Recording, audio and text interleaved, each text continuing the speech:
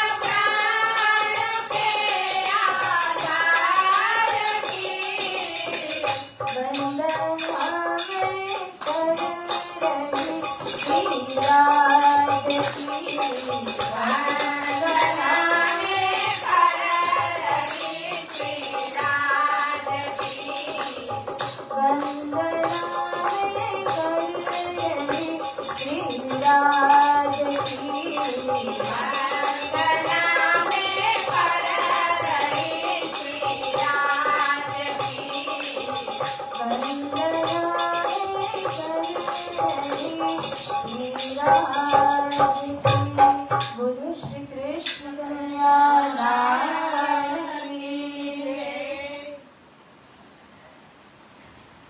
સુંદર હિંડોળા પર વિરાજમાન અક્ષરાતીત શ્રી રાજશ્યામાજી શ્રી રાધે કૃષ્ણજીના યુવન ચરણોમાં પોતાનું કોટી પ્રેમ પ્રણામ કરતાની સાથે આ મંદિર એવં સંસ્થાના નિર્માતા પરમ પૂજ્ય ગુરુજી બ્રહ્મલીન શ્રી તારતમ જ્યોતિજી મહારાજજી તેમજ મને વાણી રસ પાન કરાવનાર પરમ પૂજ્ય ગુરુજી બ્રહ્મલીન શ્રી દીનદયાલજી મહારાજજી તથા આ મંદિરના વર્તમાન ગાદીપતિ મહંત પરમ સન્માન્ય પરમ આદરણીય ખૂબ જ તેજસ્વી ઓજસ્વી વક્તા એવા સ્વામી શ્રી 108 શ્રી લક્ષ્મણ જ્યોતિજી મહારાજજી આપ સહુ ગુરુજનોના શ્રી ચરણોમાં પોતાનું કોટી પ્રેમ પ્રણામ કરું છું તથા મંદિરના પૂજારી મહારાજજી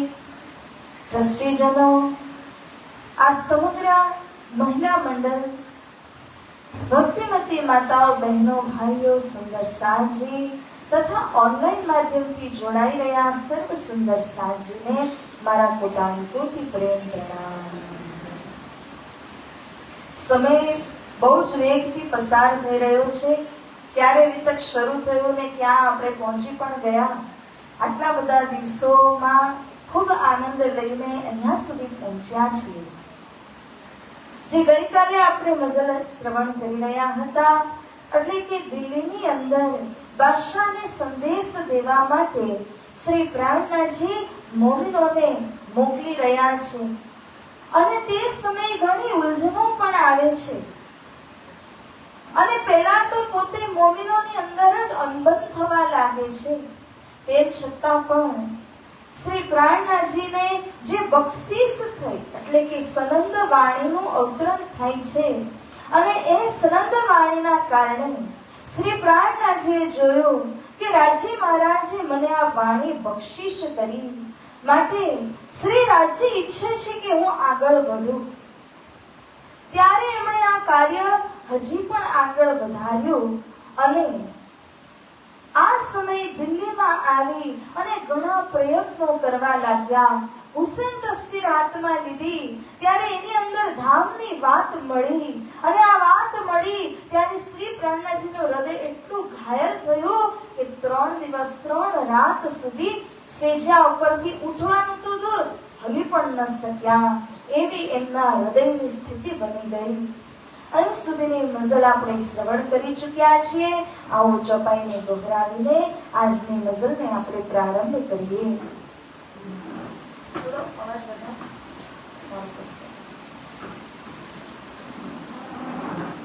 अपने घर की इशारते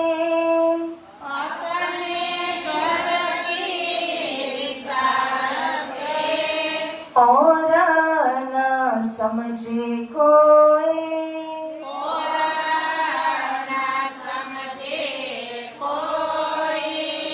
और कोई तो समझे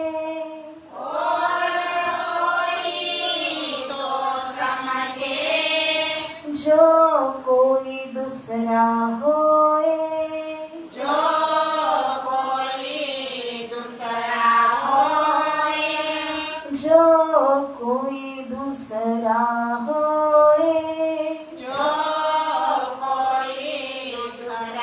होए इन समय नौतनपुरी से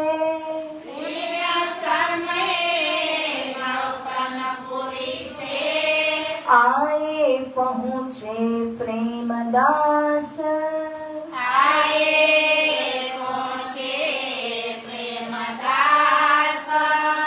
नागजी संगजी शामिल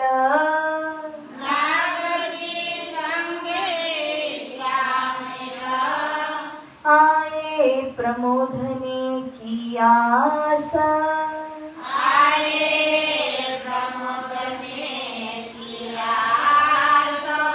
आए प्रमोदने की आशा आए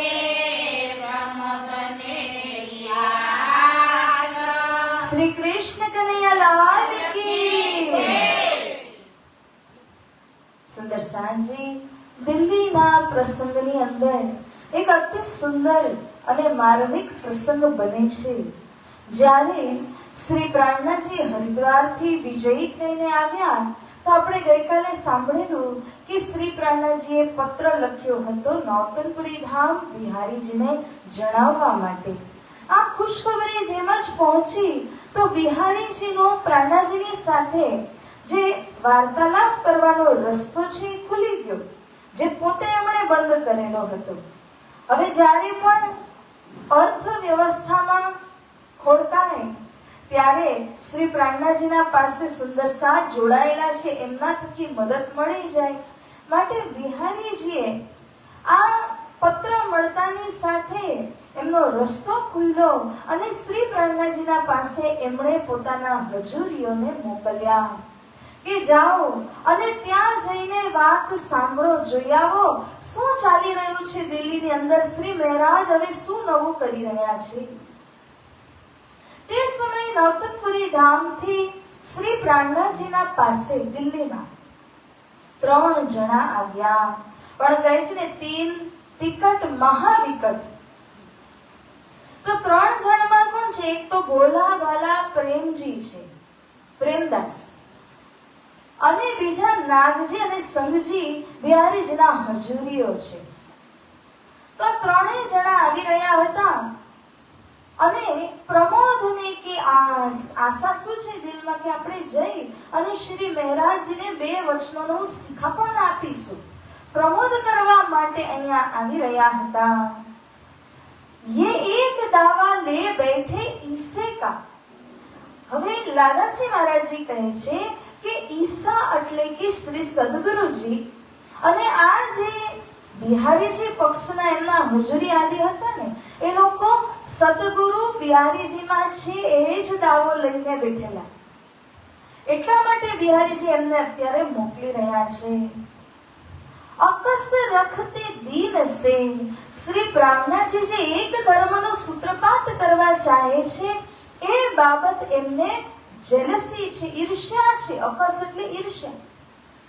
તો આ બંનેની અંદર નાગજી સંઘજી પ્રાય આ બંનેની અંદર ઈર્ષ્યા હતી કે પ્રાણનાજી તો જો એક ધર્મનો સૂત્રપાત કરવા માટે ચાલ્યા છે.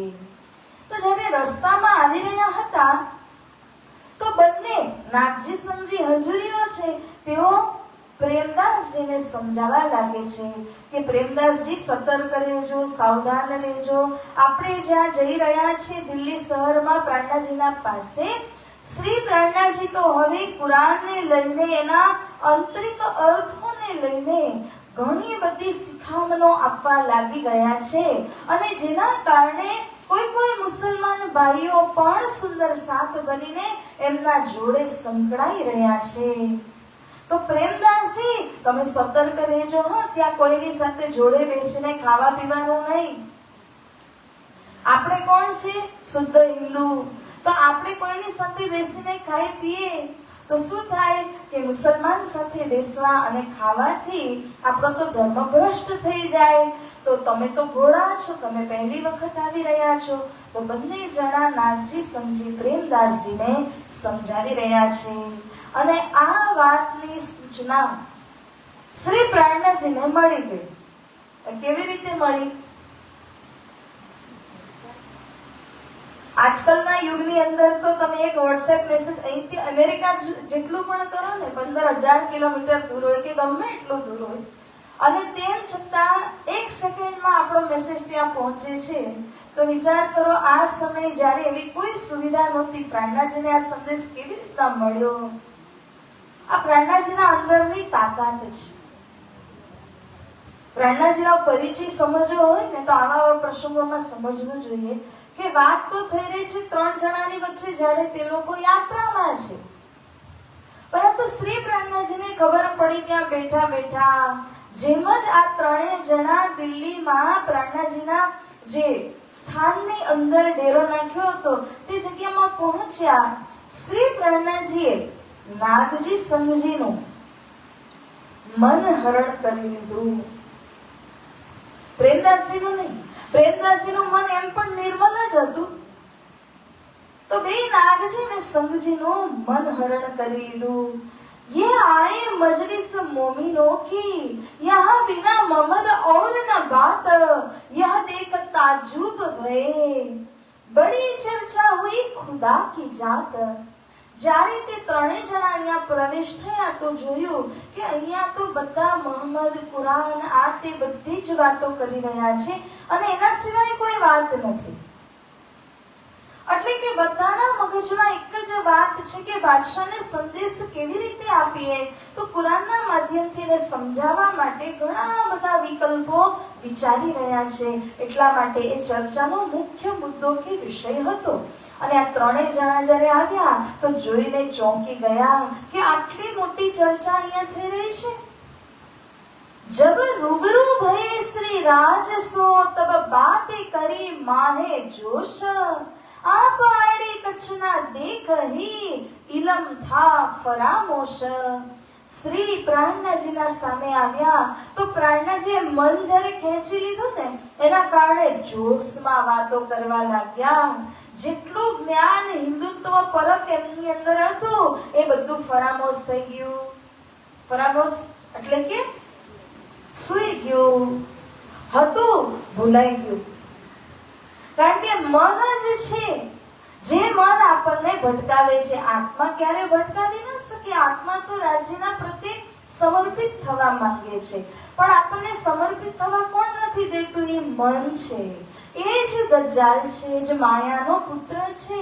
એટલા માટે શ્રી રાજ્યએ શું કર્યું? મનને ખેંચી લીધું. જબ ઈસા મોહમ્મદ મિલ ચલે કલમા और तारतम, भागा दिल का कुफर जात देखी आत्म, बोले श्री प्राणनाथ प्यारे की. કલમા એટલે કે મોહમ્મદનો કલમા, તારતમ એટલે સદગુરુજીનો તારતમ. મેરતામાં પ્રાણનાજી કલમા તારતમ મિલાન કર્યું હતું. એવી રીતના દિલ્હીની અંદરમાં આ જે સંઘજી નાગજી હતા એમણે પણ શ્રી પ્રાણનાજીના મુખારવિંદથી ચર્ચા સાંભળી તો કલમાને તારતમમાં કેવી રીતે મિલાન કરવાનું છે એ સમજી ગયા. અને જ્યારે તેઓ સમજ્યા ત્યારે શ્રી પ્રાણનાજીનો કહેવાનો જે સાર હતો, જે વાત હતી, એમના સમજમાં આવી ગઈ. તો ખૂબ જોશ ચડ્યો આત્માની અંદર. મન એમના પાસે છે કે નથી? અત્યારે ક્યાં છે? શ્રી પ્રાણનાજીએ ખીચામાં નાખ્યું છે. અત્યારે એમના પાસે એમનો મન નથી. હવે સુંદર સાધને લાગી કે આવું કેવી રીતે બની શકે? આપણને ખબર જ છે, વાણીમાં દૃષ્ટાંત આવે છે ને હંસ અવતારનો. સંકાદિકો પ્રશ્ન પૂછે છે બ્રહ્માજીને. એમના પિતા બ્રહ્માજી છે. તો બ્રહ્માજીને 4 સંકાદિકો જે નેચલ 5 વર્ષની ઉંમરના છે તેઓ પ્રશ્ન પૂછે છે કે મન અને જીવ એક જ છે કે અલગ છે? મનનો મત તો વધારે છે કે જીવનો મત તો વધારે છે? આવી રીતનો પ્રશ્ન પૂછ્યો તો બ્રહ્માજી જવાબ ન આપી શક્યા. અને ભગવાન નારાયણને અંદર સ્મરણ કર્યું તો ભગવાન નારાયણ અહીંયા પ્રગટ થયા હંસના અવતારમાં. અને આદિ અને સંકાદિકોના મનને હરી લીધું, પોતાનું બનાવી લીધું. હવે સંકાદિકોની અંદર મન નથી, કેવલ જીવ છે.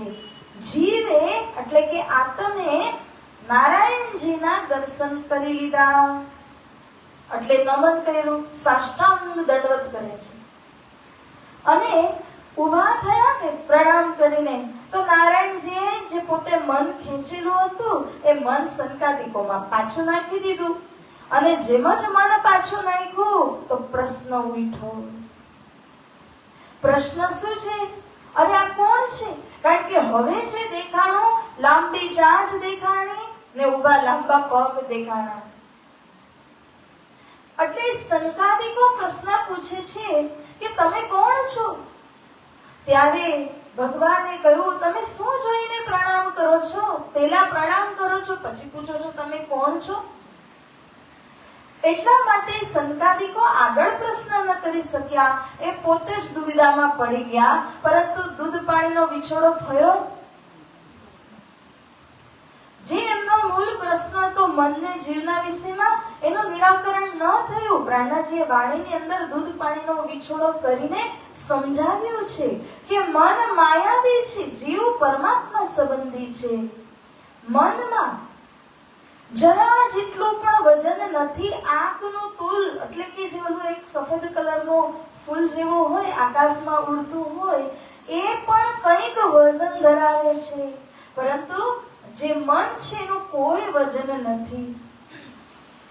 આત્મા તો સચ્ચિદાનંદ છે, એટલે મન કરતા વિશેષ તો આત્મા છે. આ નિરાકરણ બહુ જ ગહેરાઈથી પ્રાણનાજીએ વાણીમાં કરીને સમજાવ્યું.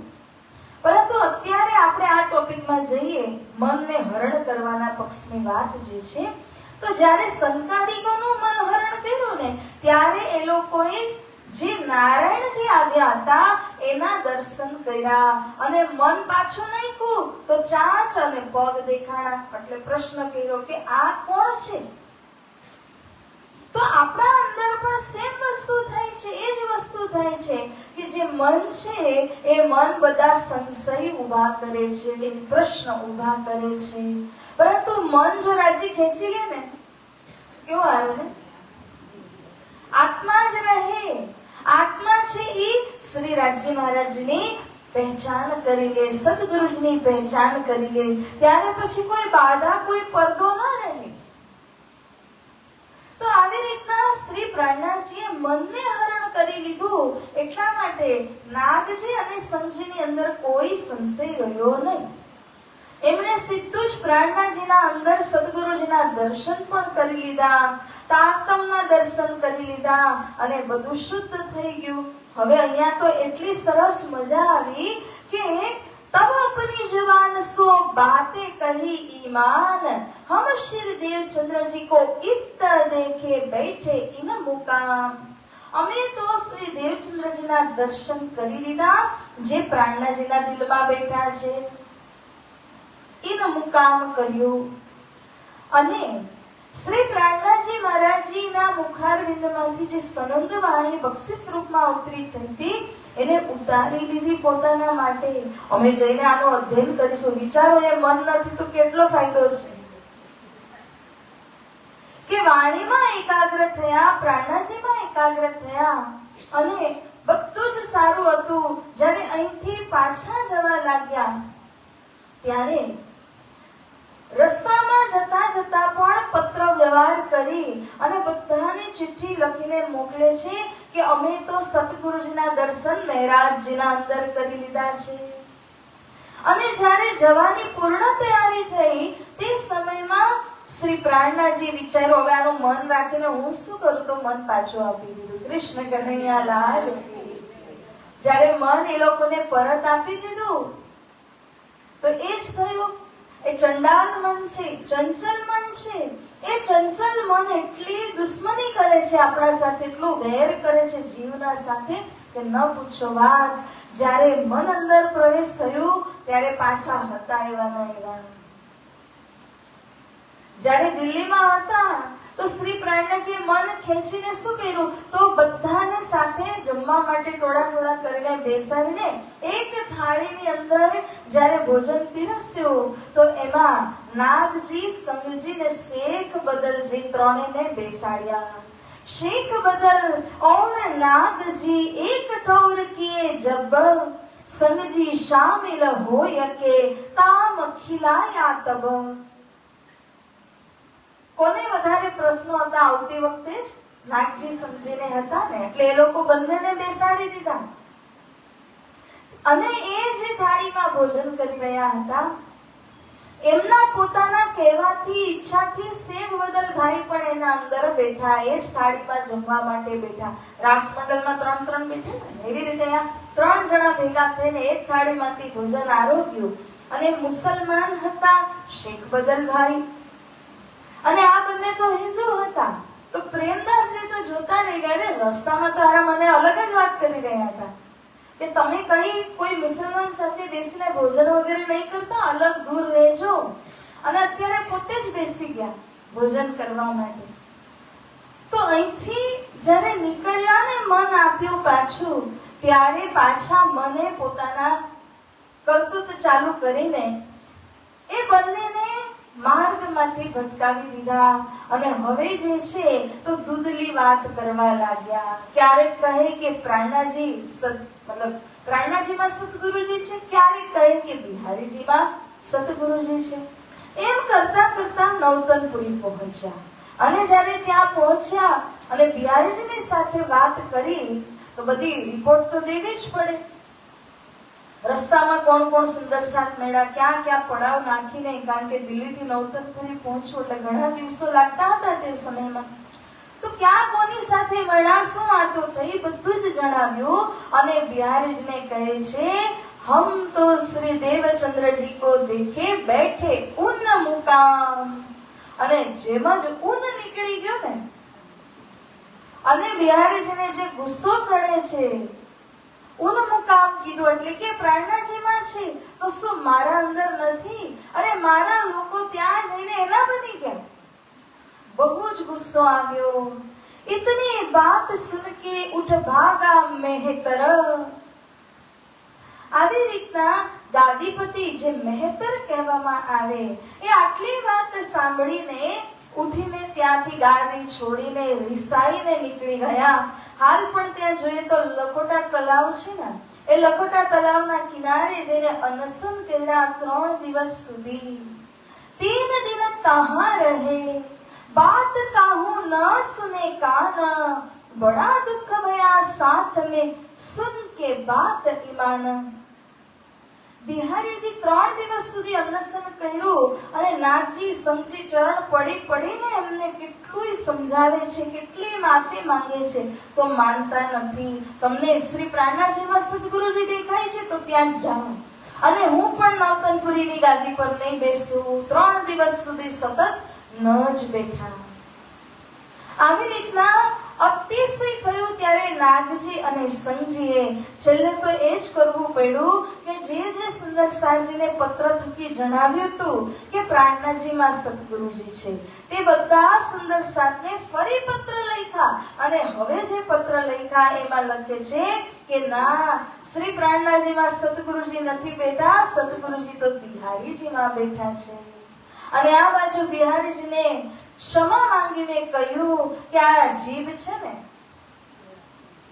હાડકું નથી ને એટલે લપસી જાય, તો અમે બોલવાના હતા બેઠે ઈન મુકામ એટલે તમારા અંદર બેઠા છે, પરંતુ અમારાથી બોલાઈ ગયું બેઠે ઉન મુકામ એટલે કે શ્રી પ્રાણનાજીના અંદર બેઠા છે.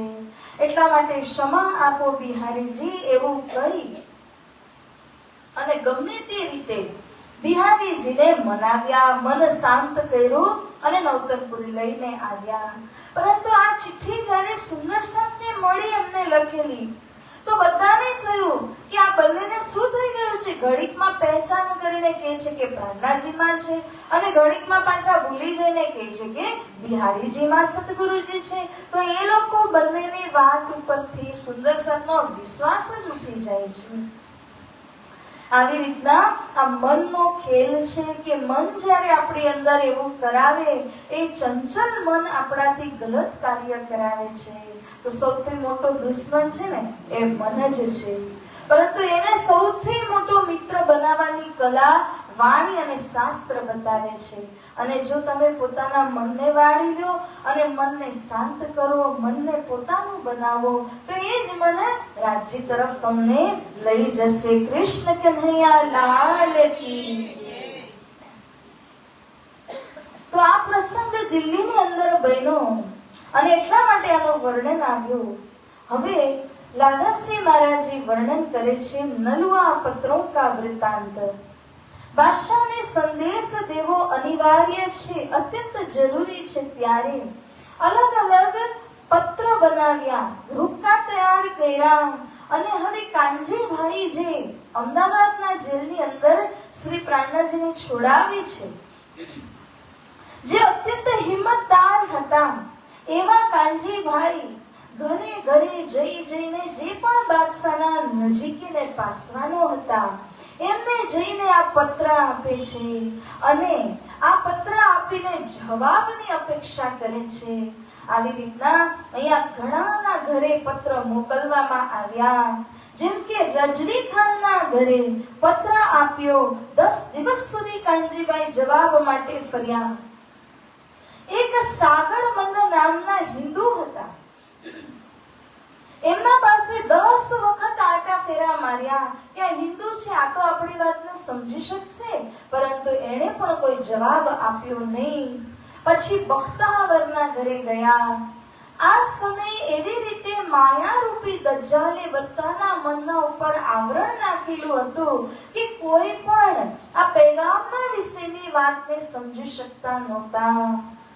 ફરજ આપન ઉપર હૈ, પરંતુ જે પૈગામ લઈને જઈ રહ્યા છે તેઓ એટલું તો સમજે છે કે આપણા સિર ઉપર એક બહુ મોટી ફરજ આપી છે. કોણે આપી છે? સતગુરુજીને પ્રાણનાજી આપી છે. એટલા માટે કોઈ સાંભળે કે ના સાંભળે, પરંતુ આપણે આ પૈગામ દેવો જરૂરી છે. 4 મહિના સુધી રોહિલ્લા ખાનની હવેલીની અંદર ચાંદની ચોકમાં ત્યાં રહ્યા અને ત્યાર પછી દુલીચંદની હવેલીમાં આવે છે. જ્યારે દુલીચંદની હવેલીમાં આવ્યા, અહીંયા જે પઠાણો હતા એમને ખબર પડી કે પ્રાણનાજી અને એમના અનુયાયી બાદશાહ ઔરંગઝેબને સંદેશ દેવા અને ધર્મયુદ્ધ કરવા માટે કમર બાંધી રહ્યા છે.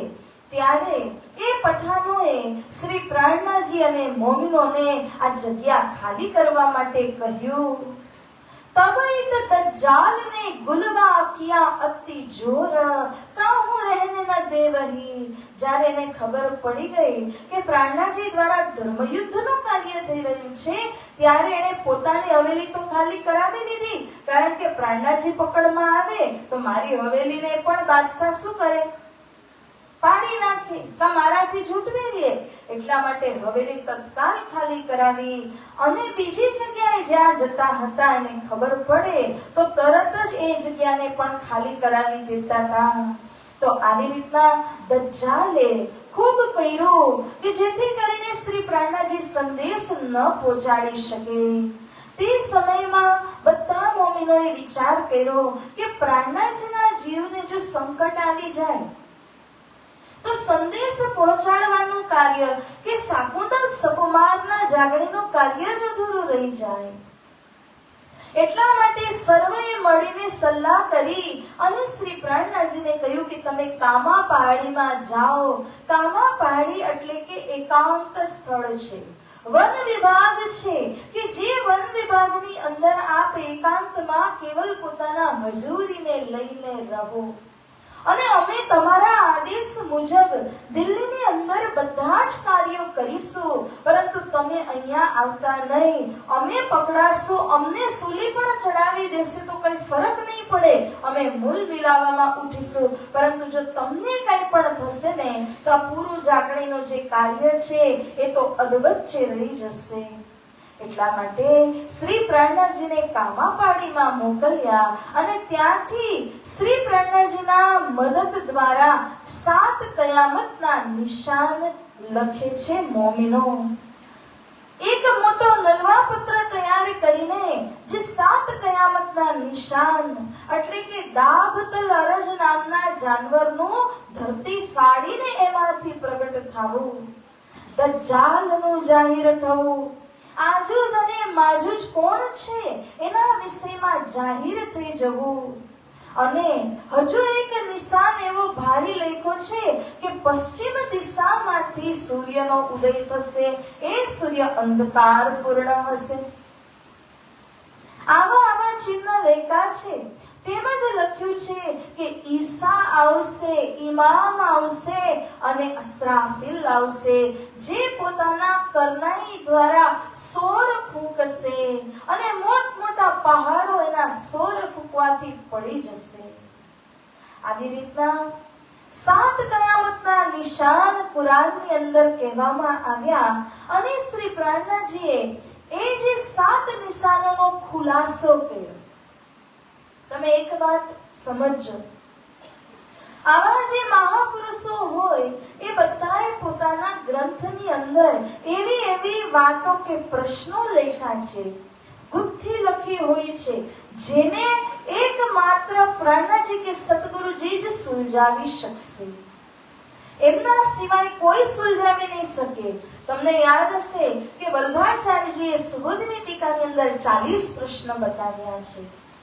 કબીર સાહિબે પોતાના કબીર બીજ ગ્રંથની અંદર દોહો લખીને પ્રાણનાજીનો પરિચય આપેલો છે. એવી રીતના શંકરાચાર્યજીએ 15 પ્રશ્ન વેદાંતના બનાવ્યા છે. એનો જે ખુલાસો કરવાનો છે એ બિના તારતમ થઈ ન શકે, કે બિના પ્રાણનાજી સિવાય કોઈ અન્ય કરી ન શકે. એવી જ રીતના મોહમ્મદ સાહેબે 7 કયામતના નિશાનો આપેલા છે, કે આ 7 કયામતના નિશાન ફક્ત ખુદા સ્વરૂપ ઇમામ જ ખોલી શકશે, અન્ય કોઈ નહીં ખોલી શકે. આવી રીતે આ 7 કયામતના નિશાન, શેખજી મિરાજીનો કિસ્સો, આ બધી જ હકીકત લખીને નલુઆને તૈયાર કર્યા અને કાનજીબાઈ ફરી લઈને દોડ્યા. શેખ ઇસ્લામ કાજી જે ન્યાયાધીશ એટલે કે ધર્મનો ન્યાયી ચુકાદો કરતા એવા શેખ ઇસ્લામને પણ પહોંચાડ્યો. હવે જ્યાં જ્યાં કાનજીબાઈ જાય છે તો પ્રશ્નો પૂછવામાં આવે છે. પત્ર કોણે લખ્યો, કોણે મોકલ્યો, તમે કોણ છો, જેને મોકલ્યાનું શું નામ, શું પતો? આ બધી વાતો કાનજીભાઈએ પહેલાથી મગજમાં ફિટ કરી લીધી છે. અને જો વાસ્તવિકતા બતાવે તો કોઈ પત્ર લે પણ નહીં, અને અગર પકડાવવામાં આવી જાય ને પ્રાણનાજી તો બહુ જ મોટી મુસીબત થાય. એટલા માટે કાનજી જાય તો કાનજીભાઈ એવું કહે છે, સૈયદ મોહમ્મદ ઇબ્ન ઇસ્લામ આ પૈગંબરે આ પત્ર લખીને તમને મોકલેલ છે. ક્યાં રહે છે? અહીંયાથી દૂર એક પહાડ છે ને, એ પહાડમાં રહે છે. શા માટે તમે પત્ર લઈને આવ્યા? હું તો એક કાસીદ છું, પોસ્ટમેન છું. મને તો કેવલ થોડુંક ઇનામ મળે, પૈસા મળે એટલે મને તો પત્ર આપી દીધો છે. પત્ર લઈને હું તમને આપું, તમે જવાબ આપશો, હું એમને આપીશ તો મને પૈસા મળી જશે. મારું કામ ફક્ત એટલું છે, બાકી હું કઈ જાણતો નથી. આવી રીતના કરીને કાનજીભાઈ ઘરે ઘરે ગયા. કાનજીભાઈની હિંમતને દાદ દેવી જોઈએ. અમદાવાદના એક પ્રસંગની અંદર નહીં, આ તો કેટલી વાર કાજીઓના ઘરમાં ગયા, અને એકથી એક કાજી એવા ડેન્જર છે ને, એટલી સત્તાથી યુક્ત છે કે આ બધા કાજીઓના ઘરમાં અગર કાનજીભાઈને કોઈ મારી પણ નાખે, દફનાવી પણ દે તો કોઈને ખબર જ ન પડે. પરંતુ એવામાં હિંમત કરીને કાનજીભાઈ જતા. એટલે ખરેખર જોવા જાવ તો જે ધર્મના થંભ હોવાની ઉપમા આપી છે એમને, આ બધા કારણોથી જ આપવામાં આવી છે. કારણ કે બાર પોતાના જીવને જોખમમાં નાખીને કાનજીભાઈ ઘરે ઘરે ગયા છે. રસલી ખાનના ઘરે ગયા કે હું ખુશહાલીના વચન લઈને આવ્યો છું, આ ક્યામતનો સંદેશ છે. તો એ કાજી કહે છે, અરે મૂર્ખા, આમાં કઈ ખુશાલી કરવાની વાત છે? કારણ કે ક્યામતને એ લોકો મોત સમજે છે. મોત આવી, દુનિયા પૂરી થઈ જશે એવું સમજી રહ્યા છે. તો કાનજીભાઈ કહે છે, નહીં, તમે આ પત્ર વાંચો તો તમને ખબર પડશે કે ક્યામતનો સંદેશ કોને કહેવાય છે. એવી રીતે શેખ નિજામના ઘરે પણ ગયા, આકિલ ખાનના ઘરે પણ ગયા. આકિલ ખાને તો અક્કલ લગાવી, આ પત્ર ઉપર મારું નામ જ નથી લખ્યું તો હું કેવી રીતે સ્વીકારું? સ્વીકાર જ ન કર્યો. સિદ્દી પોલાદ થાણેદાર હતા, એમના ઘરે પણ ગયા. એટલે કે કોઈ પણ એવું પર્યાય બાકી નથી રાખ્યું કે જેમના પાસે ન ગયા હોય. જે બાદશાહના પાસવાનો હતા બધાને સૂચના આપીને સંદેશ પણ આપ્યા. એ હકીકત લઈએ કે દોડે પાસ શ્રી રાજ. કાનજીભાઈનો મહિમા તો જુઓ કે શ્રી પ્રાણનાજી દૂર કામાપાડી એકાંતવાસમાં છે, આ બધા દિલ્હીમાં છે, સંદેશ પહોંચાડી રહ્યા છે. અને કોણે શું વાત કરીને એનો સંદેશ શ્રી પ્રાણનાજીને કામાપાડીમાં પહોંચાડે છે. અને શ્રી પ્રાણનાજી આગળ કહે, એને આવું કહ્યું છે ને તો હવે તમે આવી રીતની વાત કરજો, પાછા જઈને જવાબ માંગજો. તમે પાછળ નહીં પડો તો જવાબ મળવાનો નથી. તો જે કંઈ શિખામણ શ્રી પ્રાણનાજી આપે છે ત્યારે કાનજીભાઈ એવી જ રીતના હજી આગળ વધતા જાય છે. હવે ઘરે ઘરે પાછા જવાબ પણ માંગે છે તો એક બીજા ઉપર નાખે છે, બીજો પેલા ઉપર નાખે છે. એને તમને જવાબ આપ્યો તો કહે છે ના, તમે આપો તો એ આપશે નહીં, તમે પેલા એનો જવાબ લઈને આવો તો હું તમને જવાબ આપીશ. તો એક અને એક થી બીજા ઉપર નાખી રહ્યા છે, બીજા ઓલા પર નાખી રહ્યા છે. કોઈ પણ જવાબ દેવા માટે તૈયાર નથી. 2 મહિના સુધી કાનજીભાઈ આ લોકોના વચ્ચે ભટકતા રહ્યા અને હવે તો હદ થઈ ગઈ. ત્યારે એક બગીચામાં મંત્રણા કરવા લાગ્યા. મંત્રણા એટલે શું છે કે બધા જણે ભેગા મળે અને સલાહ કરે. એને શું કહેવાય? મંત્રણા. આજની તારીખમાં કહે તો મીટિંગ. બધા પોતપોતાનો અભિપ્રાય આપે કે હવે આપણે શું કરવું જોઈએ. साथ केतेक दिल्ली का और केतेक महाजर मसलहत करी बाग में क्यों ये पावे खबर. દિલ્હીના જે સ્થાનિક સુંદર સાત હતા એ લોકોને દિલ્હી શહેર અને બાદશાહના વિશેમાં વધારે ખબર હોય, માટે એમને લઈને અને બાકી જે મોમીનો કાર્યક્ષેત્રમાં અહીંયા કામ કરી રહ્યા હતા એ મોમીનો પણ ભેગા થયા અને બધા જ ભેગા થઈ અને હવે વિચાર કરે છે ક્यों ये पावे खबर. ઔરંગઝેબ બાદશાહને આપણી સંદેશ કઈ રીતે આપી શકાય, આપણે બધા એકબીજામાં સલાહ કરીએ. દેવચંદ્રજી તુમ પે ભેજ દિए હે હક. હવે સલાહ કરતી વખતે જે સૌથી આગેવાન લાલદાસ મહારાજ આદિ હતા, શેખ બદલભાઈ આદિ હતા, એ તો આગળ થઈને બધાની આગળ વાતો કરે છે, પ્રેરિત કરે છે કે સાંભળો, આપણે આટલી મહેનત શા માટે કરી રહ્યા છે, કોના માટે કરી રહ્યા છે. સદગુરુજીએ શ્રીજીને કહ્યું સકુંડલ સુકુમાર જગાવો, અને શ્રી પ્રાણનાજીના અનુયાયી આપણે બન્યા છે ત્યારે આપણે એકથી બીજી સખી જાગે એના માટે પ્રયાસ કરી રહ્યા છે. તો આ પ્રયાસની અંદર વિચાર કરજો. જેને આગળ થવું હોય એ આગળ આવી જાઓ અને જેને પાછળ થવું હોય પીછે હટ પહેલા જ કરી લો. पैगाम को पहुंचाते ये क्या करे तुम, जो कदी भेष बदले तो डर नाही हम. એમાંથી કોઈક એવી પણ સલાહ આપે છે કે અગર આપણને પેગામ પહોંચાડવા માટે હિન્દુનો વેશ પરિવર્તન કરીને મુસલમાનનો વેશ જો ધારણ કરવો પડે તો એમાં બી કઈ વાંધો નથી, કોઈ ડર નથી. કારણ કે જે રીતે રસોઈ બનાવતી વખતે રસોઈયાનો આપણે ભેષ લઈએ છીએ અને જે રીતે તમે પૂજા કરવા જાઓ તો પૂજારીનો વેશ તમે લ્યો છો. પેગામ પહોંચાડતી વખતે તમારે અગર થોડોક ભેષ બદલીને મુસલમાન જેવો વેશ બનાવવો પડે તો એમાં પણ આપણને કોઈ ડરવાની જરૂરત નથી. જો કદી માર ડારહી, આગેવાન મોમીને એવું કહે છે અગર આપણને સંદેશ પહોંચાડતી વખતે કદાચ સૂલ્ય ચડવું પડ્યું, કદાચ આપણને મારી પણ દીધા તો શું ડરવાની આવશ્યકતા છે? તો હમે મરને કા નહીં ડર, हम जाके अपने धाम में हमको नहीं फिकर. कृष्ण कन्हैया लाल की.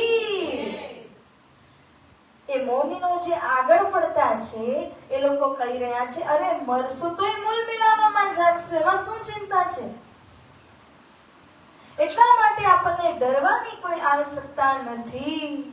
ये बात सब दृढ़ करो दिल के बीच विचार, जैसा जिने उकले सो तैसा ही करो करार. હવે બધા એક સરખા તો હોય નહીં, એટલે જે અગ્રગણ્ય ઈમાનદાર હતા, જોશથી ભરેલા હતા, એમણે બધાને કહ્યું કે તમે પોતે વિચાર કરો તમારે શું કરવું છે. શું તમારે સંઘર્ષમાં આગળ પડતું રહેવું છે તો આગળ વધો અને પીછેહટ કરવી હોય તો હમણાં પીછેહટ કરી જ લ્યો. પછી એવું નહીં કહેતા અરે ઓલાએ મને કીધું તું ને એટલે હું તો આગળ વધ્યો, જો હવે મારે જેલ જવું પડ્યું, જો મારે સૂલીએ ચડવું પડ્યું. એકબીજાના ઉપર તમે દોષના ટોપલા નહીં નાખતા. જે કરવું હોય અત્યારે પોતા માટે સમજીને કરો. तिस वास्ते पैगाम पहुंचावने यही किया परियान, यो करते बनते संध्या समय उठ आए अपने घर, फिर रात को मिलके बैठे मस्जिद पगथी पर। સલાહ કરી જોશ તો જોઈએ ને, જોશ વિના કેમનું કામ થાય? તો બધા જે અગ્રગણ્ય હતા એમણે બીજા બધાને જોશ આપ્યો અને પછી વિચાર કર્યો કે આપણે મસ્જિદના પગથિયા ઉપર બેસી અને જે સનંદ વાણીનું અવતરણ થયું છે સનંદોનું ગાન કરીશું. કોઈના કોઈ સમજદાર તો નીકળશે કે જે આ વાણીને ગ્રહણ કરવા ઈચ્છશે. તો સાંજે બધા છૂટા પડ્યા બગીચામાંથી રાતના પાછા ભેગા થયા, મસ્જિદના પગથી ઉપર બેસી અને સનંદોનું ગાન કરવા લાગ્યા. તહા જાય કે સનંદે ગાવત હે કલામ, જોશ ભરે ન દેખહી દુશ્મન ખલક જો આમ. બોલે શ્રી પ્રાણનાથ પ્યારે કી, કૃષ્ણ કનૈયા લાલ કી. સનંદોનું ગાન એટલા જોશમાં કરે છે કે કોઈ આવે સાંભળે ન સાંભળે, અમારું કાર્ય તો ગાવાનું છે. અમે ખુલ્લા દિલથી વાણી ગાઈશું. વાણીમાં એટલી તાકાત છે ને કે ભલભલા રસ્તા બંધ હોય ને એને ખોલી નાખે. એક સિમ્પલ ઉદાહરણ છે, વેદ મંત્ર પણ અગર બોલાય ને, આ તો વેદ મંત્રની વાત છે, પરંતુ જો વેદ મંત્ર પણ બોલાય તો ઘણા એવા દરવાજા એનાથી ખુલી જતા હોય છે. આ બ્રહ્મવાણી છે અને બ્રહ્મવાણી જ્યારે સસ્વર ઉચ્ચારણ કરવામાં આવે તો એ અવાજ જ્યારે પર્યાવરણની અંદર ફેલાય અને એની વાઇબ્રેશન જ્યારે પર્યાવરણની અંદર ફેલાય તો એનાથી ભલભલા દરવાજા ખુલી જતા હોય છે. માટે આ લોકો સનંદ વાણીને ખુલ્લા દિલથી ગાવા લાગે છે. નંદલાલ ઘડિયાળજી, હવે એક ભાઈ હતા, દરબારમાં આવતા જતા ઘડિયાળો આદિ રિપેર કરવાનું એમનું કામ હતું. માટે સમય સમયમાં રાજ દરબારની અંદર જતા આવતા હતા. તો જેમ જ ખબર પડી મોમીનોને, તેમજ આ નંદલાલ ઘડિયાળજીને પેલા તો સમજાવીને પોતાના બનાવ્યા, એ સાથ દેવા માટે તૈયાર પણ થયા. આ જ સમયમાં રાજા રામભાઈ પોતાના પુત્ર શિવરામજીને લઈને દર્શનાર્થ આવે છે. કોના દર્શનાર્થ આવ્યા? જે મોમીનો કાર્ય કરી રહ્યા છે ને એમના દર્શન કરવા માટે. પ્રાણનાજી તો એકાંતવાસમાં હતા. પ્રાણનાજી તે સમય કોઈ સાથે મળતા નથી, પરંતુ આ યુદ્ધ ધર્મ યુદ્ધની તૈયારીઓ જે મોમીનો કરી રહ્યા છે એમના દર્શન કરવા માટે અહીં આવે છે રાજા રામભાઈ. મિલ ભાઈઓ મસલહત કરી, रुका लिख सुनावे कान, घड़ियाल से ले जाएंगे चौड़े दरवाजे गुसल खान. જે મોમિનો હતા એમણે યુક્તિ કરી કે આપણે એક નલવા પત્ર લખીએ. આ પત્રની અંદર કયામતના નિશાન અને કુરાનની રહસ્યમય વાતો લખીએ. કયામતનો સંદેશ લખીને એના ઉપર જે સરનામું લખવાની જગ્યા હોય એના ઉપર પણ આપણે એક વાત લખીશું. અને રૂકાને જે બાથરૂમનો દરવાજો હોય એના ઉપર ચોંટાડી દેશું. તો જે પણ ત્યાંથી પસાર થઈને રાજ દરબારમાં જશે એ બધા વાંચતા વાંચતા જશે. તો ઉપર શું લખ્યું? बिन पड़े न रुके को जो बैठे इन दरबार, तिनको लानत खुदाए की पहुंचे न परवरदिगार. આ રૂકાના ઉપર એવું લખ્યું કે જે કોઈ પણ રાજ દરબારમાં આ પેગામને વાંચ્યા સિવાય જશે એ વ્યક્તિ ખુદાના ઉપર ગુનેગાર બનશે, એને લાનત લાગશે, શ્રાપ લાગશે ખુદાનો. એટલા માટે દરેકે દરેક આ રૂકાને વાંચીને અંદર જાય. સવારે જ વહેલી સવારે ઘડિયાળજી ભાઈએ રૂકો ચીપકાવી દીધો, કોઈને ખબર પડી નહીં.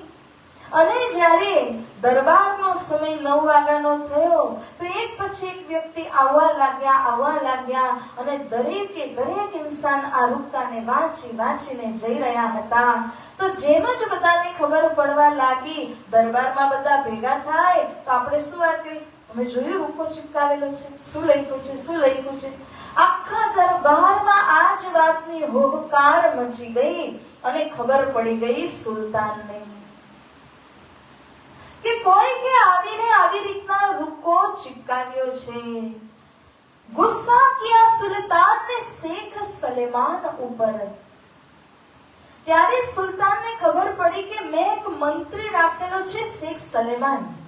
આવા કોઈ પણ મુદ્દા હોય જે ખૂબ જ ગહેરાઈના મુદ્દા હોય તો એના માટે શેખ સલેમાનને મેં આદેશ આપેલો છે કે એ મુદ્દા લોકો તમને પહોંચાડે, તમે મને પહોંચાડો. પરંતુ શેખ સલેમાન પાસે આ લોકો ગયા જ હશે છતાં એણે મને આ મુદ્દો નથી સંભળાવ્યો. તો કોઈ કે ગુસલખાન ઉપર આને ચિપકાવી દીધું અને ત્યારે જ આજના દિવસે આટલો હોહકાર મચી રહ્યો છે દરબારમાં.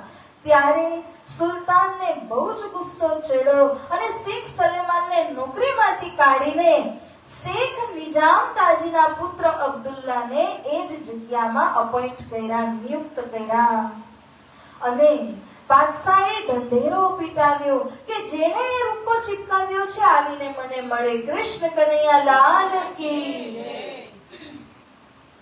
અને જેમ જ બાદશાહે આવી રીતના જાહેરાત કરાવી ત્યારે લાલદાસજી અને નિર્મલદાસજી ફરી એક એવો રૂપો લખીને પહોંચી ગયા અને ઉપર ઊંચી જગ્યામાં બાદશાહ ઊભા છે, નીચે અબ્દુલ્લા ઊભો છે જે નવો નિયુક્ત થયો છે ને એ ઘોડા ઉપર છે. અને એક પછી એક ઘણા બધા ફરિયાદો આવવા લાગ્યા. કારણ કે બધા પાસે કઈ ને કઈ એવી ફરિયાદો હતી કે શેખ સલેમાને આગળ બાદશાહને જણાવી નહોતી. એટલા માટે દરેક વ્યક્તિ પોતપોતાની ફરિયાદ લઈ અને બાદશાહની પાસે આવવા લાગ્યા. તો ઘણા ફરિયાદો થઈ ગયા ત્યાં. એમાં લાલદાસજી અને નિર્મલદાસજી પણ પોતાનો એક રૂપકો લઈને ગયા. દરેકના રૂપકા આવતા ગયા. અબ્દુલ્લાએ જોયું, સ્વીકાર્યો, જોયું, સ્વીકાર્યો. અને જ્યારે લાલદાસજી નિર્મલદાસજી ગયા ને રૂપકો લઈને પહોંચ્યા, પણ રૂપકા ફાડ ડાળ્યા. રૂપકામાં જોયું ક્યામતની વાતો છે. સીધું જ અબ્દુલ્લાએ ફાડી નાખ્યો ત્યાં ને ત્યાં જ. સ્વીકાર નથી કરતો અને ઘોડો આગળ વધાર્યો, આગળ વધવા લાગ્યો. ત્યારે લાલદાસજી અને નિર્મલદાસજી ખૂબ પુકારે છે, અરે અમારા રૂપકાને શા માટે સ્વીકારતા નથી? અમારા કારણે તો શેખ સલેમાન ઉપર ગુસ્સો કર્યો, અમારા કારણે એને નોકરીમાંથી નીકાળી મૂક્યો અને અમારો રૂપકો જ નથી સ્વીકારતા. ઘોડો આગળ આગળ, મોમીનો પાછળ પાછળ. અને જ્યાં સુધી એક તીર ચલાવો ત્યાંથી આગળ હજુ એક તીર ચલાવો તો એ કેટલી દૂરી સુધી જાય ને ત્યાં સુધી મોમીનો આ ઘોડાને અબ્દુલ્લાને ફોલો કરવા લાગ્યા, પાછળ પાછળ ગયા. પોતાની વાતો ઘણીવાર કહેવાની કોશિશ કરી પરંતુ એણે માની નહીં, રૂપકો સ્વીકાર્યો નહીં અને ફરી હતા ત્યાં ને ત્યાં થઈ ગયા. હવે તો એટલો જોશ ચડે છે ને કે હવે તો ગમે તે થાય. હનુમાનજી જેવી રીતના અશોક વાટિકાની અંદર છલાંગ મારીને ગયા હતા, હવે તો અમે એવી જ રીતના છલાંગ મારીને બાદશાહ સુધી પહોંચીશું, એવી રીતના મોમીનો કહેવા લાગ્યા. એક લડાઈ હમારી अब देखियो श्री राज, हुक्म तुम्हारे से करे पैगाम का हम काज, बोले श्री प्राणनाथ प्यारे की. મોમીનોએ શ્રી પ્રાણનાથજીને પત્ર લખીને બધી વાત જણાવી. કાનજીભાઈ પત્ર અને સંદેશ લઈને શ્રીજી પાસે ગયા અને પ્રાણનાથજીએ જોયું કે મોમીનોની અંદર અત્યારે એટલો જોશ વધી ગયો છે કે મોમીનો એવું કહે છે કે અમે તો હવે એક એવી લડાઈ લડીશું ને કે સીધું બાદશાહ સુધી પહોંચીને રહેશું. આ જેટલા એમના પાસવાન છે બધા નકામા છે, કોઈ સંદેશ પહોંચાડવા દેતા જ નથી, બાધક બને છે, અવરોધ બની રહ્યા છે. તો જ્યારે મોમીનોની અંદર આ જોશને શ્રી પ્રાણનાથજી જુએ છે ત્યારે શ્રી પ્રાણનાથજી એમને એક પત્ર લખે છે, સૂચન કરે છે. તુમ આકલે હોય ના ઉરજ્યો, સબ કામ દુરુસ્તાઈ સે હોય. હે મોમીનો, આકલા થઈને, ઉત્તેજિત થઈને કોઈ આડા અવડા પગલા નહીં ભરતા. નહીં તો તમને ખબર નહીં પડે, જેલમાં નાખી દેશે, જીવનભર ચક્કી પીસતા રહી જશો. એટલે કોઈ પણ ગલત કદમ ઉઠાવતા નહીં, જોશમાં આવીને. આવી રીતના શ્રી પ્રાણનાજી કહ્યું કે મને એકવાર ત્યાં આવવા દો, હું તમારી સાથે મળીશ અને પછી જ તમારે કંઈ પણ કાર્ય કરવાનું છે. તો ચાંદની ચોકમાં એક ક્ષત્રિયની હવેલીમાં બધા જ મોમીનો જમા થયા અને શ્રી પ્રાણનાજી આવે છે કામા પહાડીથી. हमको एक हुक्म तुम्हारा है दरकार, और बात ना जान ही बिना तुम परवरदिगार. જે કોઈ મોમીનો અહીંયા બધા સામેલ થયા છે એ બધા જ કહેવા લાગ્યા કે હે પ્રાણનાજી, હમે તો કેવલ આપકા એક હુકમ ચાહીએ. તમે એકવાર હા પાડો અને અમે છલાંગ લગાડીને બાદશાહ સુધી પહોંચીશું. કારણ કે આજે પ્રસંગ થયો છે અબ્દુલ્લા વાળો કે એને પત્રને સ્વીકાર ન કર્યો, એટલા માટે જોશ ઘણો વધી ગયો મોમીનોની અંદર, એક ગુસ્સો આવી ગયો. તો શ્રી પ્રાણનાજીને એમ કહે છે કે તમારા હુકમ સિવાય અમને કોઈ બીજી વસ્તુ સમજમાં આવતી નથી. તમે એક હુકમ કરો અને અમારી છલાંગ જુઓ, અમારી પહોંચ જુઓ. हमको और ना सूझही बिना किए एह काम. જ્યાં સુધી અમે સંદેશ નહીં પહોંચાડીએ તો કોઈ બીજું કામ અમને સૂઝતું નથી. बातें करे जोश में एक पे एक सरस, हुए मगन दिन में करते हैं हंस हंस. તો બધા જ મોમીનો એટલા ખુશદિલીથી વાતો કરી રહ્યા છે કે અમારે તો સંદેશ પહોંચાડવો છે, બસ તમારો એક આદેશ જોઈએ છે. એ લોકો જે રીતના મગ્ન થયા હતા અને જેટલો જોશ એમના અંદર જોયો શ્રી પ્રાણનાજીએ, તો અહીંયા લાલાશ્રી મહારાજ કહી રહ્યા છે, जोश इनो का देख के श्री राज भय खुशाल, तब दिलासा दई बड़ी देख मोमिनो हाल. यह बख्शिश हक की नहीं औरों का काम. શ્રી પ્રાણનાજી એમના જોશને જોઈને ખરેખર આનંદિત થયા, કારણ કે સમજી ગયા અત્યાર સુધી કામ શા માટે નહોતું થતું, કારણ કે આ જોશ નહોતો આવેલો. જોશ ક્યાંથી આવે છે? મહેર દ્વારા આવે છે. અને આ મહેર શ્રી રાજ્યની છે. એ મહેરે આ જોશ બક્ષિશ કરી દીધો છે.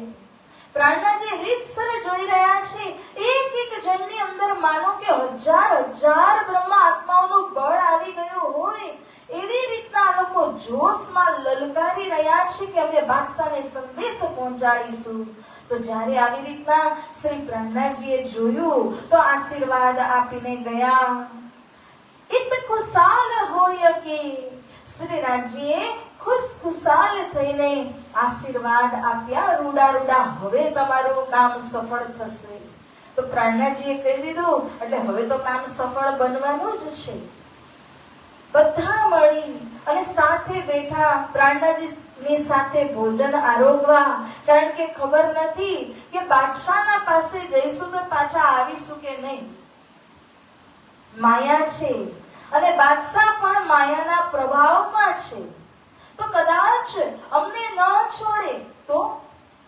એટલા માટે બધાએ વિચાર કરી લીધો કે અત્યારે જે પ્રાણનાજીની સાથે મુલાકાત થઈ એવો માની લેજો કે આ અંતિમ મુલાકાત છે ને આના પછી મળીશું મૂલ મિલાવામાં. જીવિત રહીશું, રાજ્ય મહારાજીએ મહેર કરી જીવિત રહ્યા તો ફરીવાર શ્રીજીને મળીશું. પરંતુ ત્યાં સુધી શું માની લેવાનું કે આ અંતિમ મુલાકાત છે. શ્રી પ્રાણનાજીએ બધાના જોશને જોઈને આશીર્વાદ પણ આપ્યા અને ભોજન આરોગીને પ્રસાદી લઈને બધા જ છૂટા પડે છે. સાથ સબે મિલ બેઠ કે લગે કરને પરિયાન. તો હવે બધા જ બેસી અને હવે શું કરીએ? આજ્ઞા મળી ગઈ શ્રી પ્રાણનાજીની, એટલે હવે પરિયાન કરશે અને જે 12 જણા અગ્રગણ્ય છે એ બધાના નામો અહીંયા લેવામાં આવશે.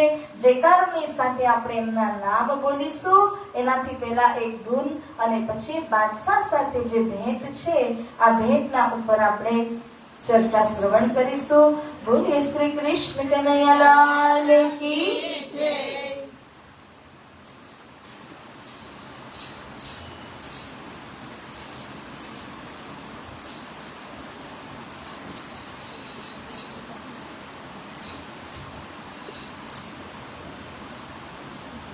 ઢોલક વગાડવા માટે આવી જજો.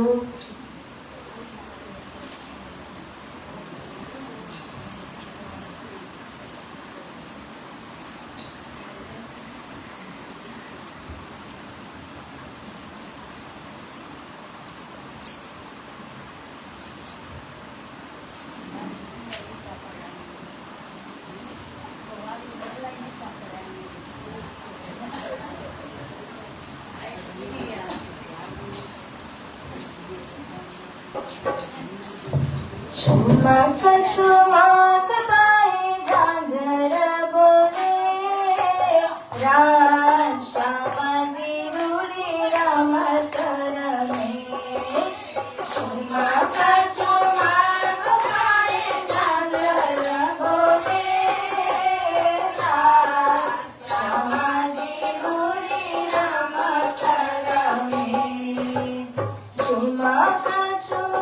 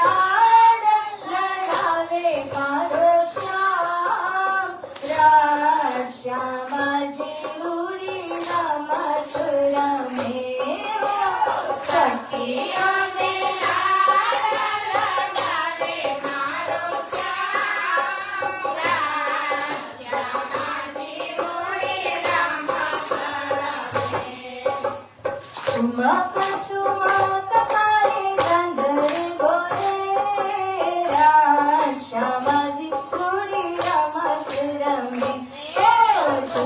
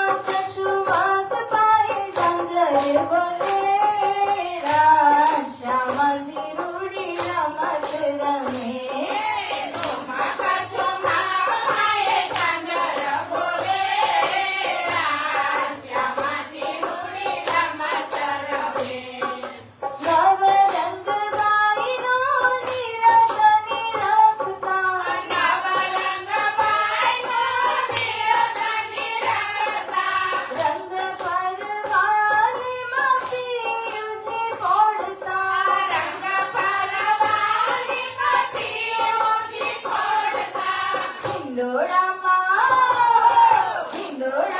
સખીઓ ઝુલાવે મારો શ્યામ, શ્યામજી રૂડી રમત રમે.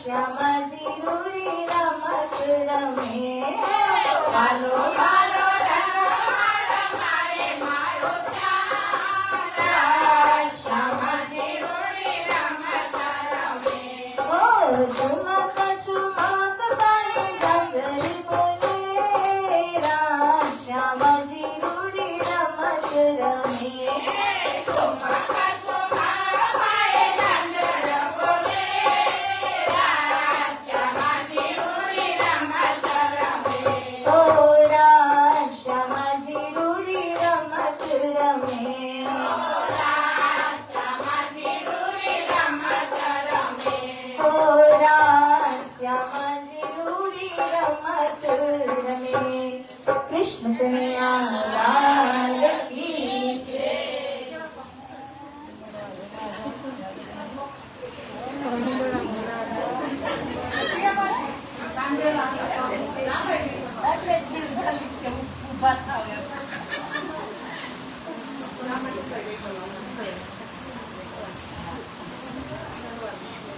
પ્યારા સુંદર સાંજી, પરમધામનો જોશ આપણા અંદર આવી ગયો ને.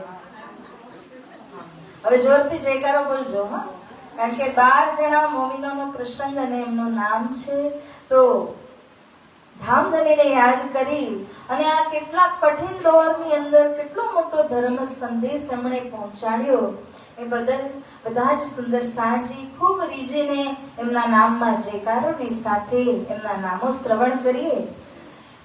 બિના આપા દિએ ઓર ના લિયા જાય. આજે અગ્રગણ્ય મોમિનો હતા, એમણે એક વાત ઠોસ રૂપથી સ્વીકારી લીધેલી હતી કે જ્યાં સુધી આપણે પોતે સમર્પિત નહીં થઈએ ત્યાં સુધી આપણે એને આત્મસમર્પણ કેવી રીતે કરાવી શકીએ. તમે કોઈનું દિલ લેવા માંગતા હોય, જીતવા માંગતા હોય તો પહેલા પોતાનું દિલ હારી જવું પડે અને ત્યાર પછી તમે અપેક્ષા કરી શકો કે એ પણ તમને એનું દિલ આપી દે. તો જે મોમિનો હતા, એક આશિક ઇન ભાંત કે પોતાના દિલને ધર્મ ઉપર એવી રીતે વારી રહ્યા છે, સમર્પિત કરી રહ્યા છે કે જેમના નામ અહીંયા બતાવ્યા. તન મન ધ્યા વાર, પોતાનું તન હોય, મન હોય, આત્મા હોય એને સમર્પણ કરી દીધી છે ધર્મ ઉપરમાં. કુરબાની એ હસુનતે, વાણીમાં તમે જોશો કિરંતનમાં સળંગ તમને 3-4 પ્રકરણો મળશે આ સંબંધના, આ સંદર્ભના, જે કુરબાની ઉપર આધારિત છે. કુરબાની કો નામ સુના ઉલસત સારે અંગ. જે ધામની સખીઓ છે, જેમનામાં રાજ્યનો જોશ પ્રવેશ થયો છે, એ તો જ્યારે કુરબાન થવાનું નામ સાંભળે છે, શહીદ થવાનું નામ જ્યારે સાંભળે છે તો એમને ડર ભય કશું જ લાગતું નથી. ઉલટાનું અંગ અંગ ઉલસવા લાગે છે. ક્યારે કુરબાન જાઉં, ક્યારે ધનીના ઉપર ફિદા થઈ જાઉં. ધની મારી પરીક્ષા કરે, મારે સૂલીએ ચડવું પડે તો પણ મંજૂર છે, હસતા હસતા ચડી જાઉં. આ જોશ એમના અંદર છે. સંસારની કોઈ માયા મમતાનું બંધન આડે આવતું નથી. તો એવા 12 જણા નિર્મલ મોમિનોનું નામ આપણે શ્રવણ કરીએ. एक लक्ष्मण इनमें और शेख बदल, शिताब करे पहुंचावने इनको ना पड़े कल. बोलिए श्री प्राणनाथ प्यारे. સૌથી પહેલું નામ લક્ષ્મણ શેઠનું. શ્રી પ્રાણનાથજીનો જમણો હાથ બનીને સુરતથી ચાલ્યા હતા અને એવી જ રીતે રીતના જેમ લાદાશ્રી મહારાજ હિન્દુ શાસ્ત્રના જાણકાર હતા, શેખ બદલભાઈ કતેબ પક્ષના જાણકાર છે અને શ્રી પ્રાણનાજીના ડાબા હાથ સમાન છે. આ બંનેની હાલત એવી છે કે એ લોકોને કલ એટલે શાંતિ નથી મળતી. બસ રાત દિવસ એક જ ધૂન સવાર થઈ ગઈ છે કે બાદશાહને સંદેશ દઈએ, બાદશાહને જગાડીએ. આ ધૂન એમના ઉપરમાં સવાર છે. और कायम मुल्ला भीम भाई सूरत से कृष्ण कन्हैया लाल की जय. જે કાયમ મુલ્લાને દયારામભાઈ લઈને આવ્યા હતા કે એમને તો પગારથી રાખવામાં આવેલા શરૂઆતમાં, પરંતુ ધીમે ધીમે એમને ખબર પડવા લાગી કે આમના પાસે આટલું ઊંડાણનું જ્ઞાન છે. ત્યારે કાયમ મુલ્લા પણ સમર્પિત થયા. હતા તો ચાકર જ હતા, પરંતુ એવા સમર્પિત થયા કે એમનું નામ પણ અહીંયા મોમિનોના લિસ્ટમાં આવે છે. અને સુરતના ભીમભાઈ તો આપણા બધાના સુરતના ભીમભાઈ પણ જે વેદાંતી હતા અને અજીમ જશ જેમણે પ્રાપ્ત કરેલો હતો, એવા ભીમભાઈ ચોથા નંબરમાં મોમિનોના લિસ્ટમાં આવ્યા. भाई सोमजी खंबात से आए मिले थे इत, घर इनके खंबात में है कुर्बान ऊपर बखत, बोले श्री प्राणनाथ प्यारे की जय. આશ્ચર્યની વાત છે કે પ્રાણનાજી તે સમય ખંભાત ગયા નહોતા, પણ આ સોમજીભાઈ ખંભાતના છે. કસે નહીં કસે ધર્મ પર્યટનમાં મળી અને શ્રી પ્રાણનાજીના ઉપર એવી રીતના સમર્પિત થયા છે કે છેલ્લે એમના બાદ એમનું ઘર પણ એમને સમર્પિત કરી દીધું. અને આવી રીતના સોમજીભાઈ હે કુરબાન ઉપર બખત, કયામતના સમયના ઉપર ફિદા થઈ ગયા છે. કયામત એટલે મોત નથી, એનો ગલત અર્થ કાઢો તો મોત થાય. કયામત એટલે આત્માને જાગૃત કરવું, એ જ કયામત છે. એટલા માટે સોમજીભાઈ આ વાતને સમજીને પ્રાણનાજીના ઉપર ખૂબ ફિદા થયા છે. હજી એક નામ છે સુરતથી, કયું? જોરથી બોલજો આ જયકાર. नाग जी सूरत से चले छोड़ कबीला आस, इनको धाम धन्य बिना और ना थी दिल आस, बोले श्री प्राणनाथ प्यारे की बोल पंजे वाले की. नागजीभाई गरीबदासजी જેમનું ઉપનામ પદવી, એવા નાગજીભાઈને પ્રાણનાજીના ચરણ સિવાય, ધર્મના ઉપર ફિદા થયા સિવાય કોઈ આશા હતી જ નહીં. એટલા માટે છોડ કબીલા આ સૌથી મોટી આશા કોની હોય? કુટુંબ કબીલાની હોય. એને પૂરી રીતના દિલથી પરિત્યાગ કરી ધર્મ પર ફિદા થયા હતા. એવા નાગજીભાઈ સુરતના છે. છઠ્ઠું નામ નાગજીભાઈનું આવ્યું છે. ત્યારબાદ આવે છે ખિમાઈ बुंदेलखंड के आया ले ईमान, कृष्ण कन्हैया लाल की जय. હજી બુંદેલખંડ તો શ્રીજી પ્રવેશ પણ નથી થયા, પણ તેમ છતાં ત્યાંના ખિમાઈ ભાઈ એ પણ અહીંયા ઈમાન લઈને, વિશ્વાસ લઈને આવ્યા અને કહે છે કે બાદશાહને સંદેશ દેવાનું કાર્ય હું પણ કરીશ. હવે દિલ્હીના જે સ્થાનિક સુંદર સાથ હતા, दयाराम दिल्ली मिने था ईमान लिए जोश, कृष्ण कन्हैया लाल की जय. ईमान એટલે કે સંપૂર્ણ વિશ્વાસ પ્લસ જોશ લઈને સમર્પિત હતા એવા દયારામભાઈ, જે 8મા નંબરમાં અહીંયા ગણાવવામાં આવ્યા છે. ત્યારબાદ ઠઠ્ઠાના કોણ હતા? चिंतामणि ठट्ठे के लाए थे ईमान, बोले श्री प्राणनाथ प्यारे की जय.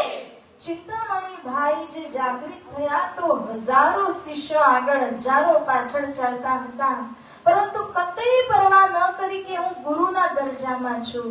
અને તેઓ સમર્પિત થયા તો અહીંયા દિલ્હીના ધર્મ યુદ્ધના અંદર આવી અને શ્રી પ્રાણનાજીને સહાય કરે છે. હવે આવે છે 10મું નામ. चंचल बड़े ईमान सो रहे खिजमत में होशियार, बोले श्री सदगुरु महाराज की जय. ખિજમત એટલે સેવા, અને સેવા કરવામાં ચંચલભાઈ અત્યંત હોશિયાર રહેતા હતા. ક્યારે કઈ સેવા કરવી જોઈએ એ ખબર હોવી જોઈએ. એના માટે કોઈ ટ્રેનિંગ દેવામાં આવતી નથી, પરંતુ પોતાના કલ્પના શક્તિ દ્વારા, પોતાની સમજબૂજ દ્વારા ખબર હોવી જોઈએ ક્યારે કઈ વસ્તુની આવશ્યકતા છે. તો ચંચલભાઈ સેવામાં ખૂબ હોશિયાર થઈને સેવા કરતા હતા. આવી રીતે 10 નામ થયા.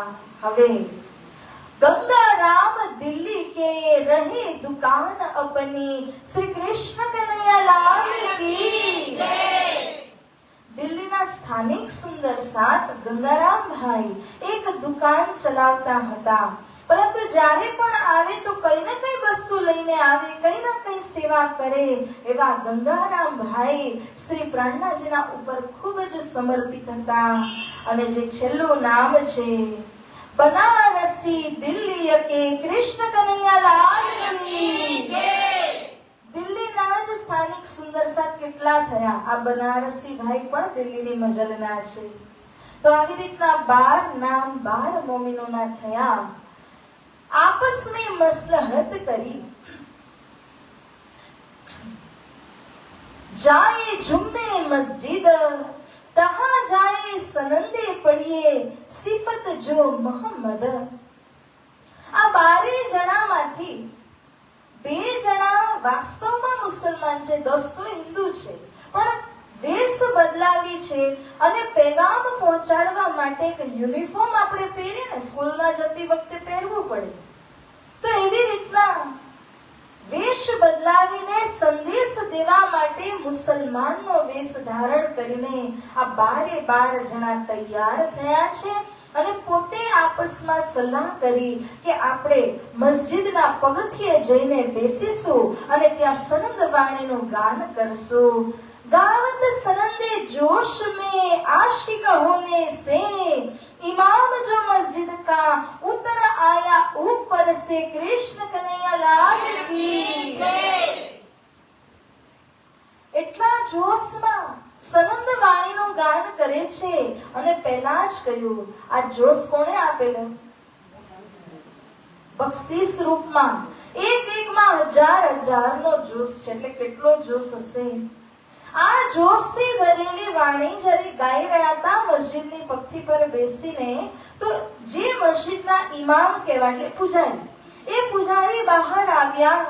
અને જ્યારે એમણે જોયું કે આ કોણ આવી રીતના વાણીનું ગાન કરી રહ્યું છે, તો તે સમયે આ પૂજારી આવે છે અને देखे तारा दीन के नजर करी आसमान, रहमत रहमत करके हुई हक सुभान.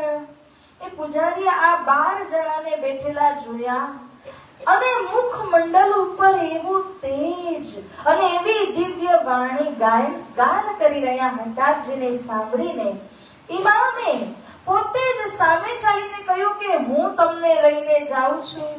આસમાનની તરફ ખુદાને જોઈને કહે છે, આહા, શું મીઠા કંઠમાં શું વાણી જોશથી ગાઈ રહ્યા છે. આ તો ધર્મના સંદેશ વાહક છે.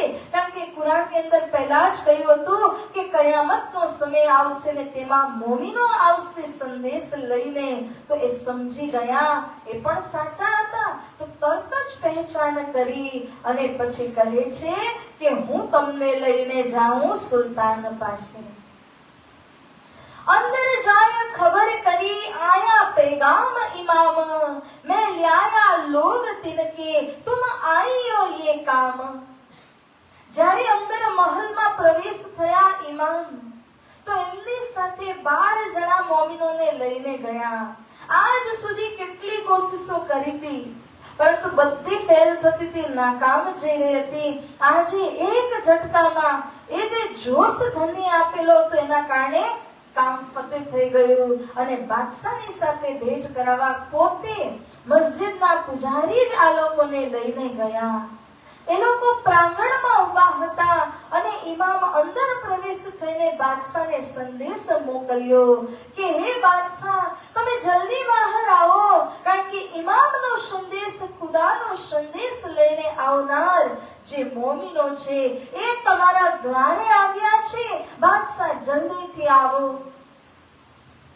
महल में से सुन के निकल आया सुल्तान, हुआ ठाड़ा चबूतरे पर, हाथ आसा टेक सुने कान, श्री प्राणनाथ प्यारे की जय। आज तक आज संधि जोती थी। હું થોડુંક હિન્દીમાં કરું, બિચારા કોઈ બહેનોને પણ સમજમાં આવે એના માટે। मोमिन संदेश देने के लिए बहुत प्रयास कर रहे थे और ये वो घड़ी आ पहुंची है जब औरंगजेब बादशाह खुद आकर खड़े हो गए मोमिनों के आगे। ऊंची अटारी के ऊपर वो खड़े हैं और नीचे जमीन के ऊपर 12 जने मोमिन एक क्रम से खड़े हुए हैं।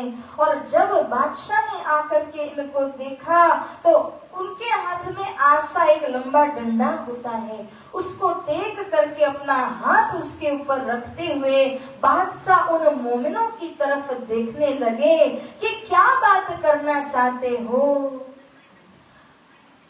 तब पूछा सुल्तान ने इशारत सो आए, तब बोले इत मोमिन कलमा जुबान चलाए। बादशाह ने तब इशारों में पूछा, शब्द नहीं बोला, इशारे से पूछा क्या काम से आए हो। तब मोमिन केवल और केवल सामान्य भाषा नहीं बल्कि कुरान और कलमा की भाषा में उनको जवाब देते हैं। तब बोले इत मोमिन, उन मोमिनों ने जवाब दिया, हम कयामत का संदेश आपके लिए लेकर के आए हैं। फिर इशारत करी सुल्तान ने, क्या मतलब है तुम। इशारे से दोबारा पूछा, तुम्हारा क्या मतलब है मुझसे मिलने का, मुझे बताइए। कया एक बात हम मांगत, रूबरू बातें करे तुम सो कृष्ण कन्हैया लाल की। मोमिनों ने एक बात मांगी कि आप बादशाह हैं, आप हमारे साथ रूबरू बात कीजिए, हमारी बातों में आवे ना कोई दरमियान। हम कहें आप सुने, आप पूछे हम जवाब दें, और कोई भी आना नहीं चाहिए हमारे बीच में, इस तरह से रूबरू बात करिए। हम केवल इतना ही चाहते हैं और कोई दूसरी बात हम नहीं चाहते हैं। फिर मोमिनों से पूछिया, कुछ और कहो सबब। बादशाह ने फिर से पूछा, तीसरी बार पूछ रहे, और कुछ लाभ चाहिए, सबब चाहिए तो पूछो। और तुम्हें तो कहा सुनाया, हमें नहीं मुर्दार का मतलब। बादशाह, हमने आपको पहले ही कहा कि ये मुर्दार दुनिया से और यहाँ की जमीन जायदाद, रुपया पैसा आदि हमें कुछ भी नहीं चाहिए। हम तो केवल इतना ही चाहते हैं कि खुदा की बात और संदेश हम आपको सुनाएं, आप हमसे सुने। और कुछ भी पूछना हो तो आप हमसे रूबरू पूछें, और कोई नौकर चाकर बीच में नहीं आए, इतना ही हम चाहते हैं। आशा लेके चूमिया 3 बेर सुल्ताना, तब मोमिन बोले जोश में, चौड़ा रुक्का सुनाया कान, बोले श्री प्राणनाथ प्यारे की। बादशाह के हाथ में जो आशा था उसने लेकर जब 3 बार उसको चूमा, तब मोमिन समझ गए कि बादशाह ने हमारी बात को स्वीकार कर लिया और हमारे ऊपर जो जवाबदारी, जिम्मेदारी दी गई थी उसको संदेश देने की वो पूरी हो गई। अब केवल बादशाह हमारे साथ बैठे रूबरू बात करें तो हमारा काम तो सिद्ध हो जाएगा। तो मोमिनों को आया जोश, और जोश में उन्होंने बादशाह को ऐसे फटकारा जैसे कोई छोटे बच्चे से बात करता है, और कहा, हम ही वो हैं जिन्होंने गुसलखान के दरवाजे पर रुक्का चिपकाया था, हमारे ही कारण आपने शेख सलेमान के ऊपर गुस्सा करके उसको नौकरी से निकाल दिया। हमारे ही कारण शेख निजाम के पुत्र अब्दुल्ला को आपने नौकरी पर रखा है। और कईयों मंत्रियों को बार बार हमने संदेश पहुंचाया है। हे बादशाह, ये सब हम करते रहे केवल आपको संदेश देने के लिए।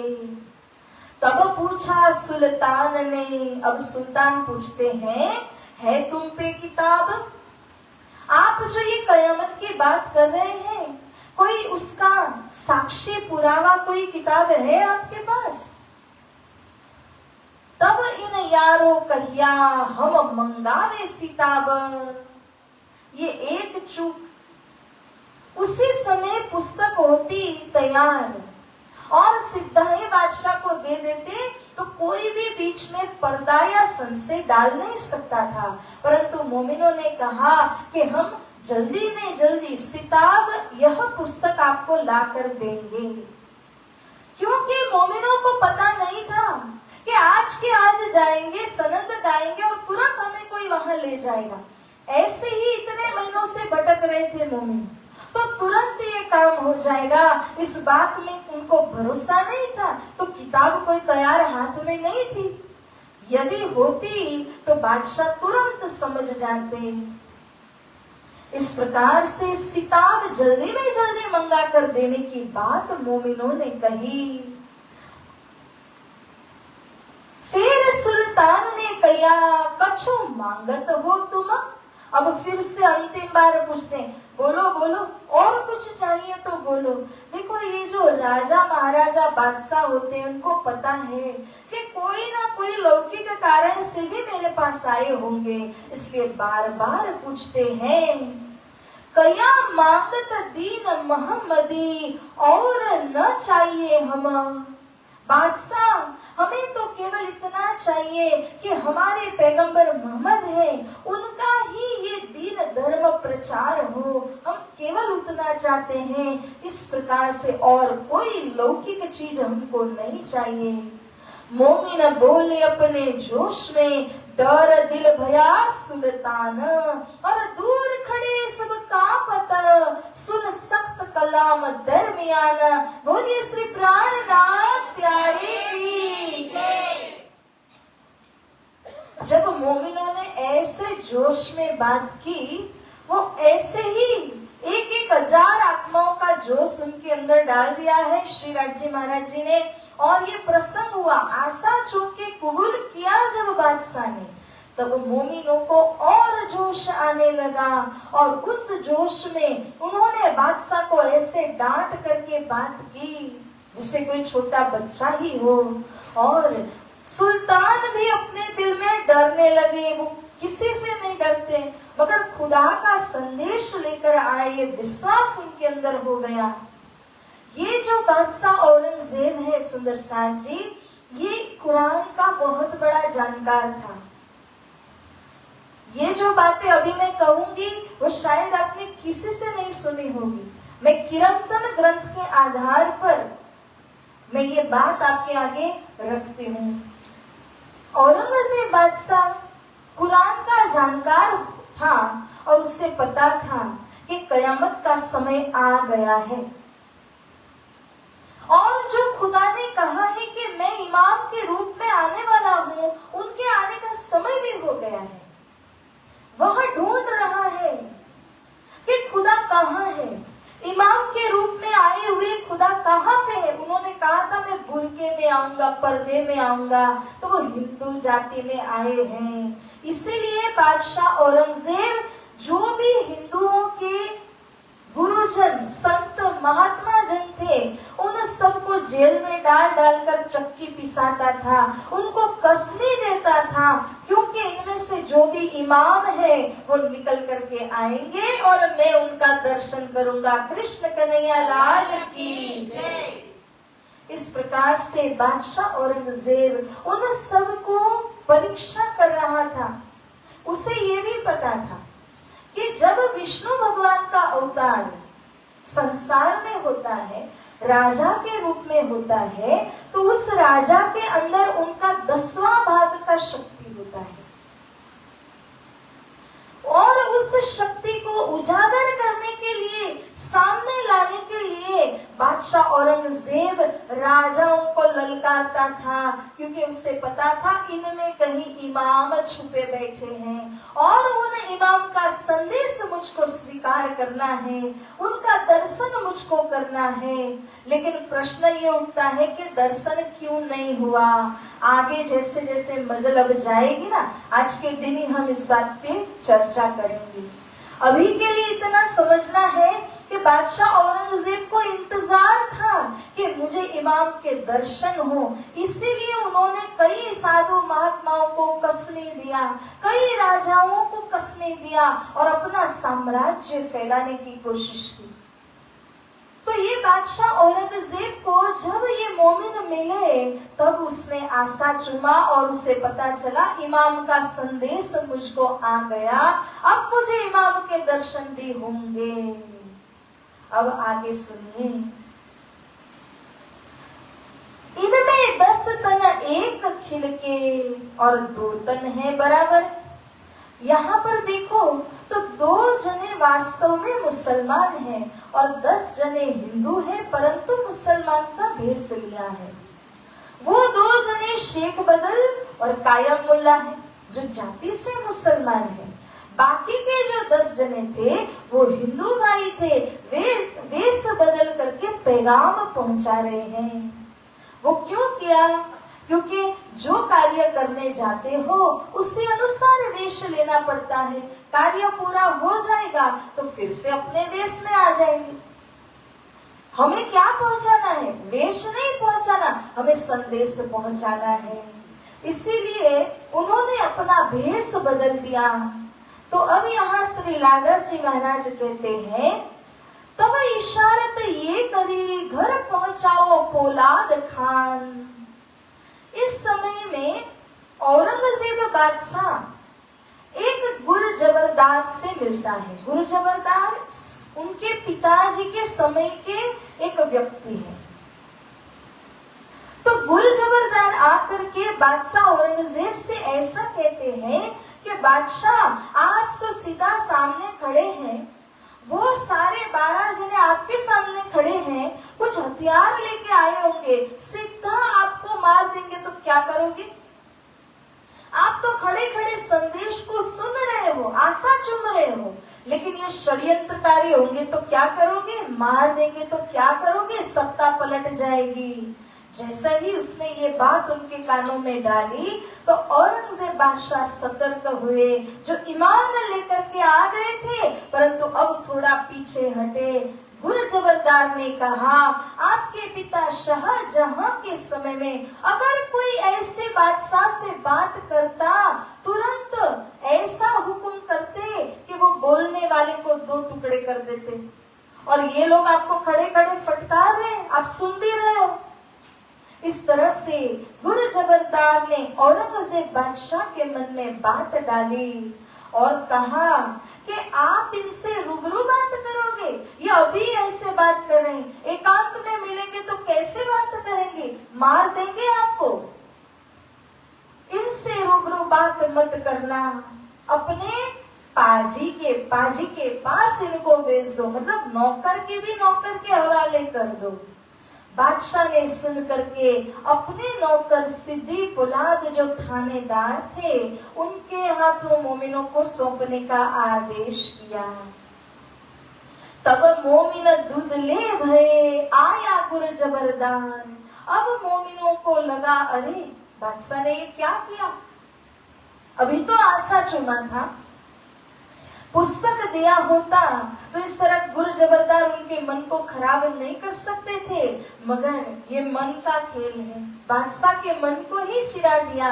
इस प्रकार से बादशाह ने इन मोमिनों की जिम्मेदारी दे दी सिद्दी पुलाद अपने थानेदार को और कहा, इनों को नीके राखियो, खाने पीने की खिजमत, दिल गिरा होने ना पावही, मैं सौंपे तुमको इत।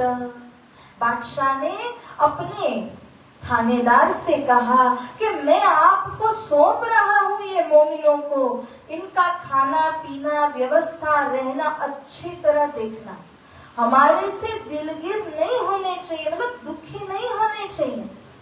ये इमाम के भेजे हुए लोग हैं, अच्छी प्रकार से इनको मलीदा खिला के रखिए। इस तरह से बादशाह ने आदेश किया। लेकिन जब इन मोमिनों को ले जाया गया थानेदार सिद्दीक औलाद के यहाँ, तो वहां पर उसने मोमिनों को कैद कर लिया और मारना शुरू किया। बादशाह ने हुक्म कुछ दिया था और कर दिया कुछ का कुछ और।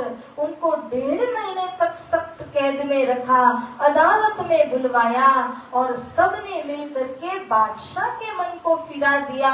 ये कहा कि ये तो कोई हिंदू ने भेजे हुए षड्यंत्रकारी है और जो चाहते नहीं है कि आपकी हुकूमत रहे, आपको मारने के लिए ये लोग आए हैं।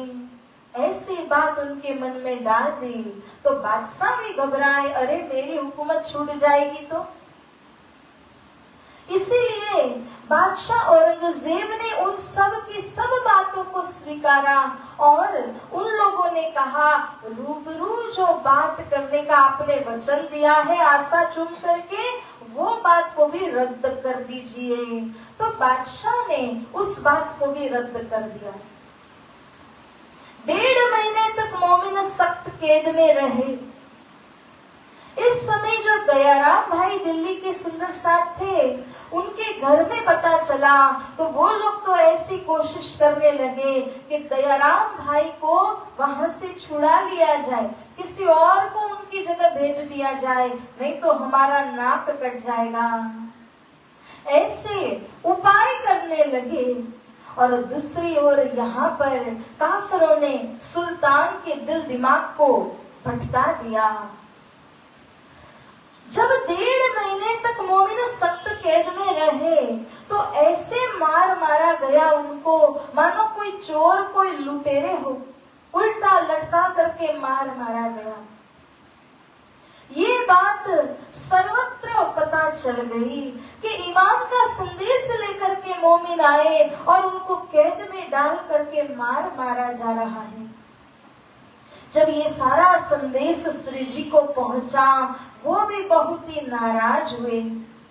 1.5 महीने के बाद शेख इस्लाम जो काजी न्यायाधीश थे, वो यहाँ पर आए जेल में इन मोमिनों को देखने और मिलने के लिए। अब क्या कहते हैं, क्योंकि इतना रिमांड लेने पर, इतना मारने पर वो असलियत को उगल देंगे, किसने भेजा है वो बताएंगे। इसलिए शेख इस्लाम काजी जब यहाँ आए, तब यहाँ मोमिनों के जो आगेवान थे लादासी आदि, उन्होंने कहा, हे काजी, हमारे पैगंबर ने यूं ही फरमाया। उनके शब्द देखिए, हमारे पैगंबर कहा, तुम्हारे पैगंबर ऐसा नहीं कहा। हमारे पैगंबर अर्थात के આપણે જેમ કે ને આપણા ગુરુજી આમ કહ્યું છે, हमारे पैगंबर ने क्या ऐसा सिखाया है कि जो इमाम का संदेश लेकर आएंगे उनको बहुत मारो, उनको बहुत पीटो, बहुत दुख दो। क्या मोहम्मद ने ऐसा लिखा है? जब हमारे पैगंबर सुना तो शेख इस्लाम काजी को पता चला, अरे ये तो वास्तव के मोमिन है, इनको हमने मारा है। सुन के काजी रोया, हमारे पैगंबर का या नाम। वो काजी रो पड़ा कि हमने असली के मोमिनों को इतना दुख और दंड दे दिया, तुरंत सख्त कैद को पूरा कर दिया और बादशाह के पास गए और शेख इस्लाम काजी ने कहा, हे बादशाह, मैं चाहता हूं कि मैं इन मोमिनों की असली में सेवा करूं, अच्छी तरह सेवा करूं। मोमिनों को लगा अब तो शेख इस्लाम काजी संदेश पहुंचाएंगे तो बादशाह समझेंगे और हमें रूबरू बात करने के लिए बुलाएंगे, तो हम उनको संदेश देंगे। लेकिन ऐसा नहीं हुआ। बादशाह ने शेख इस्लाम काजी को आज्ञा दे दी कि तुम ही इनकी उसकी देखभाल करो, और रूबरू बात करने का जो वचन दिया था उसको कैंसल कर दिया, ठुकरा दिया। अब मोमिन समझ गए कि बादशाह हमसे पुनः इस तरह से मिलेंगे नहीं और बात नहीं करेंगे, तो शेख इस्लाम काजी को जो भी कहो वो ही पहुंचा देंगे बादशाह के पास। इस तरह से अब मोमिनों को शेख इस्लाम काजी के घर पर ले जाया गया और उनके घर के परिसर के अंदर उनको जहां कहीं घूमना हो, किसी से बात करनी हो, वो सब छूट दे दी गई। लेकिन शेख इस्लाम काजी के परमिशन या आज्ञा के बिना वो बाहर नहीं जा सकते थे। इस तरह सख्त कैद को पूरा किया, मगर फिर भी नजरबंद में तो है ही। अब एक दिन हुआ तो शेख इस्लाम काजी ने एक हदीस को यहाँ पर मांगा और उसके ऊपर चर्चा होने लगी। और जब उस बात के ऊपर चर्चा हुई तो मोमिनों की बड़ी बड़ाई सिफत उसमें लिखी हुई थी, जिसको सुन करके शेख इस्लाम काजी ने कहा, अरे इसमें तो केवल मोमिनों की बड़ी बड़ाई लिखी हुई है, तो ये बात को हम लोग नहीं मानेंगे क्योंकि आपने ही पुस्तक लिखी है।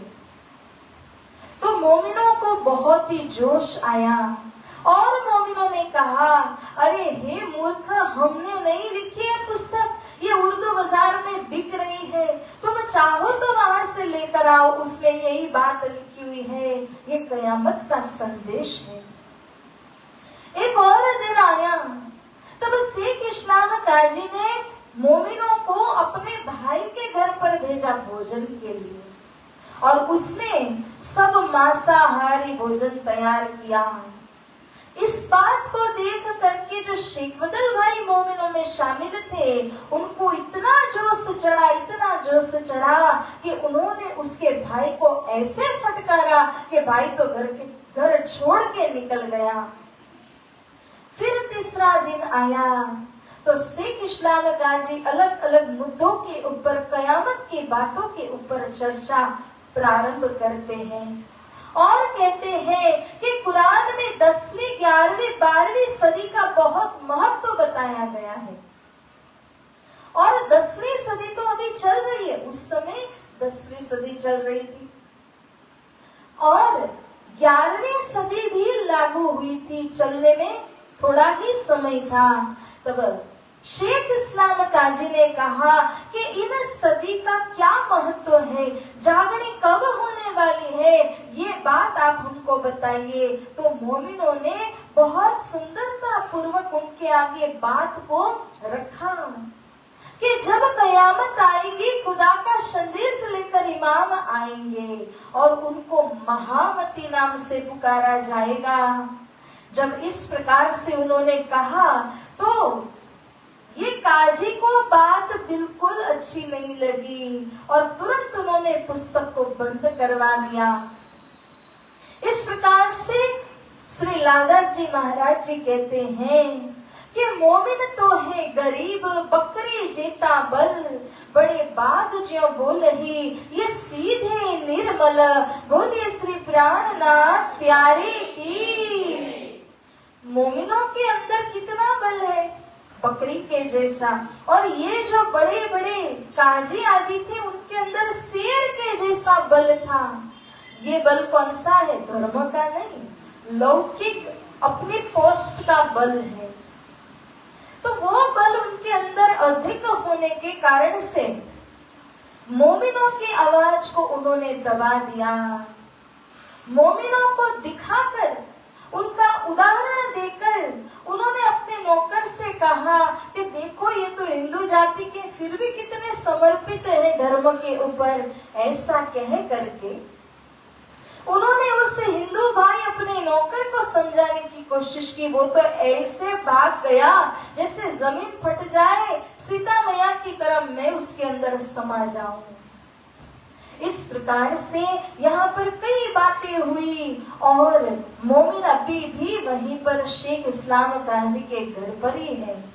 कितना ही करते हैं समझाने के लिए, परंतु शेख इस्लाम काजी को बिल्कुल चोट नहीं लगती, जानते जानते कि ये सही बात बता रहे, स्वीकार नहीं करते हैं। तो जिस दिन बादशाह के साथ भेंट हुई, प्राणनाथ जी को कामा पहाड़ी में भी खबर मिलती है कि मेरे मोमिनों को थानेदार के हवाले कर दिया, सोटा से मार मारा जा रहा है। तब श्री प्राणनाथ जी इतने दिलगीर हुए, इतने नाराज हुए और कहते हैं, जैसा मारना पैगंबर का तैसा ही तिनके दोस्त, जाहिर होसी जहान में इनो ऊपर बड़ा अफसोस। ऐसे तो आप देखेंगे वितक साहिब के अंदर तो श्री लालदास जी ने बड़ी अच्छे ढंग से 3-4 प्रकरणों के अंदर प्राणनाथ जी के भाव को समझाया है। मगर उतना करने जाए तो 6 महीने की वितक हमें करनी पड़ेगी, 1 महीने में नहीं होगा। इसीलिए सार में सार बात यह है कि श्री प्राणनाथ जी कहते हैं, अगर उन काजियों ने और बादशाह ने मुझे मारा होता, मुझे यानी खुदा स्वरूप इमाम को मारा होता और उनको जो दोष लगा होता, मेरे मोमिनों को मारने पर उनको उतना ही दोष लगेगा, क्योंकि मेरा संदेश लेकर के वो गए हैं। इसीलिए मुझे मारना या मेरे मोमिनों को मारना वो बराबर है, उतना ही दोष उनको लगेगा। ये लोग दोजख यानी नरक में जाएंगे और कभी नरक से छूट नहीं पाएंगे। इतने नाराज हुए और अपने जो मोमिन हैं उनको श्री प्राणनाथ जी पत्र व्यवहार के द्वारा समझाते हैं। જેવી રીતે જખમ થઈ જાય અને જખમના ઉપર મલમ પટ્ટી કરવી પડે તો કેટલું સારું લાગે, એવી રીતના મોમિનોના દિલના ઉપર જે ઘાવ લાગેલા છે એ ઘાવને દુરુસ્ત કરવા માટે શ્રી પ્રાણનાથજી એમને દરરોજે દરરોજ પત્ર લખે છે। આ પત્ર જે કાનજીભાઈ હતા એ પોતે લઈને પ્રાણનાથજીના પાસેથી મોમિનોના પાસે જાય છે। મોમિનોના યદા કંઈ પણ ભાવ હોય એ લઈને પ્રાણનાથજીને જઈને કહે છે। એટલા માટે આટલા દિવસો સુધી 1.5 મહિના સુધી જે પત્ર વ્યવહાર થયું હતું એ બધી વાતો શ્રી પ્રાણનાથજીએ લખેલી અને મોમિનોની દિલની વાતો બડી પત્રીના પ્રકરણની અંદરમાં આવે છે। બડી પત્રી એટલે દરરોજે દરરોજ લખેલા જે પત્રો હતા એનું જો સંકલન કરવામાં આવે તો આ સંકલન કરેલી વાત બડી પત્રીની અંદરમાં આવે છે। એવી જ રીતના એક આવે છે છોટી પત્રી। છોટી પત્રી શું છે કે ઘણા બધા સુંદર સાથ જે ઠેર ઠેર રહેતા હતા એ બધાને ખબર પડી મોમિનોને સોટાથી મારવામાં આવ્યા છે। એ લોકોએ પ્રાણનાથજીને ચિઠ્ઠી લખી કે તમે મોમિનોને શા માટે મોકલ્યા? માર મારવા માટે, માર ખાવા માટે મોકલ્યા છે? શ્રી પ્રાણનાથજી એમના પત્ર મોમિનોને મોકલીને કહે છે આનો જવાબ તમે આપો, કારણ કે તમે પોતે સમજદાર છો કે શા માટે આપણે ગયા, શા માટે સંદેશ પહોંચાડ્યો, એ વાત એ લોકોને પણ સમજાવો। આવી રીતના છોટી પત્રી આ બધાની અંદર એટલી સરસ વાતો આવે છે, એટલી સરસ કે ક્યારે આપણા જીવનની અંદર જો આવા ઘાવ બની જાય તેની પર મલમ પટ્ટી કરવાનું કામ હોય તો આ ચોપાઈઓ કરી શકે। એટલી એકથી એક સુંદર ચોપાઈઓ એની અંદરમાં આવે છે। સારમાં સાર વાત જો આપણે અહીંયા કરીએ તો એ છે કે બાદશાહ ઔરંગઝેબ શા માટે ન સમજ્યા, એ મૂળ મુદ્દાની વાત છે। ઔરંગઝેબ બાદશાહ જે હતા એમના મોટા ભાઈ દારા અને પિતા શાહજહાં એ બંનેના દિલમાં હતું કે આપણે ઇમામના દર્શન કરીએ, પણ બાદશાહ ઔરંગઝેબે બંનેને કેદી બનાવ્યા અને બંનેને જેલમાં નાખ્યા। શાહજહાને પણ જેલમાં નાખીને સત્તા છીનવી લીધી। મોટા ભાઈ દારા વાસ્તવમાં શાહજહાં પછી તો મોટા ભાઈનો નંબર આવે ખુરશીએ બેસવાનો, પરંતુ ઔરંગઝેબે એ પણ પાવર છીનવી લીધો. બે જણાને કેદ કરીને રાખ્યા.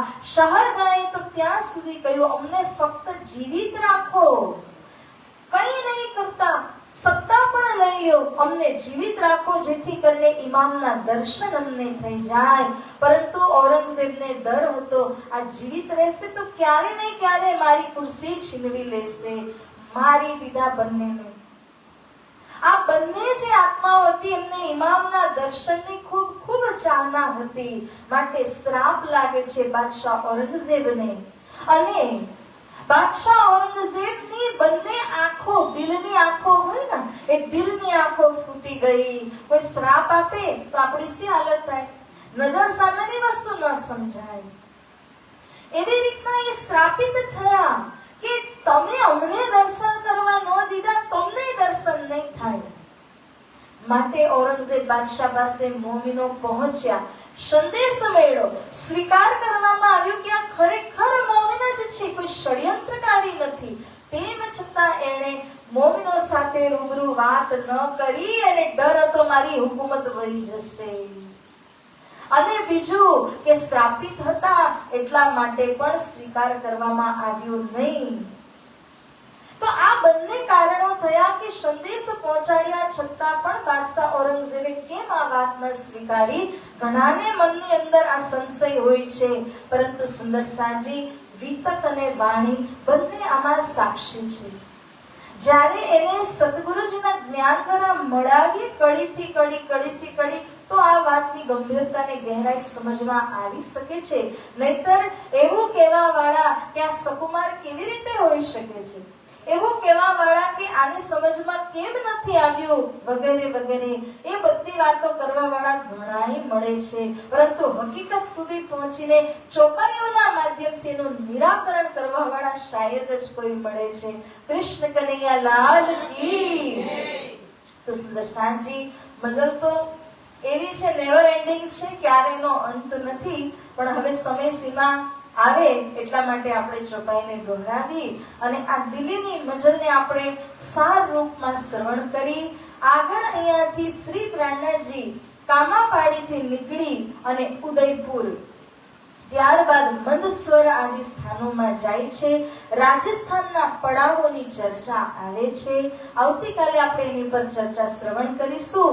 તો સુંદરસાજી જેમને પણ ટુકડા આદિ લાવવાની ઈચ્છા હોય મંદસ્વરની મજલમાં, તો આપ સહુ લઈને આવજો. કાલે તે મજલના ઉપર આપણે ચર્ચા શ્રવણ કરીશું. બોલીએ શ્રી પ્રાણનાથ પ્યારે કી જય. ચોપાઈ દોહરાવીએ. શ્રી મહામત કહે મોમીનો,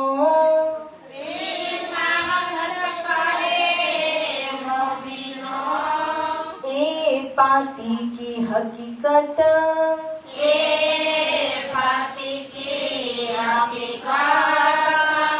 अब मुकदमा कहूँ,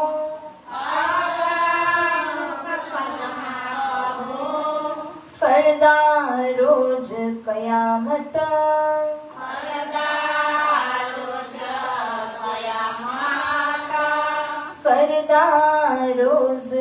कयामत,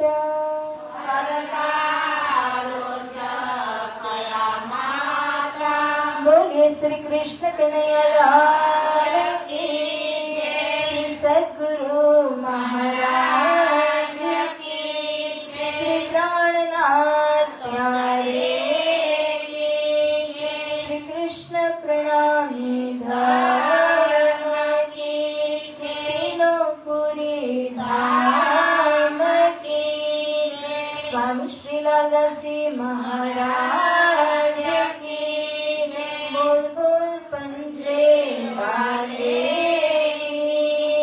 समस्त सुंदर सा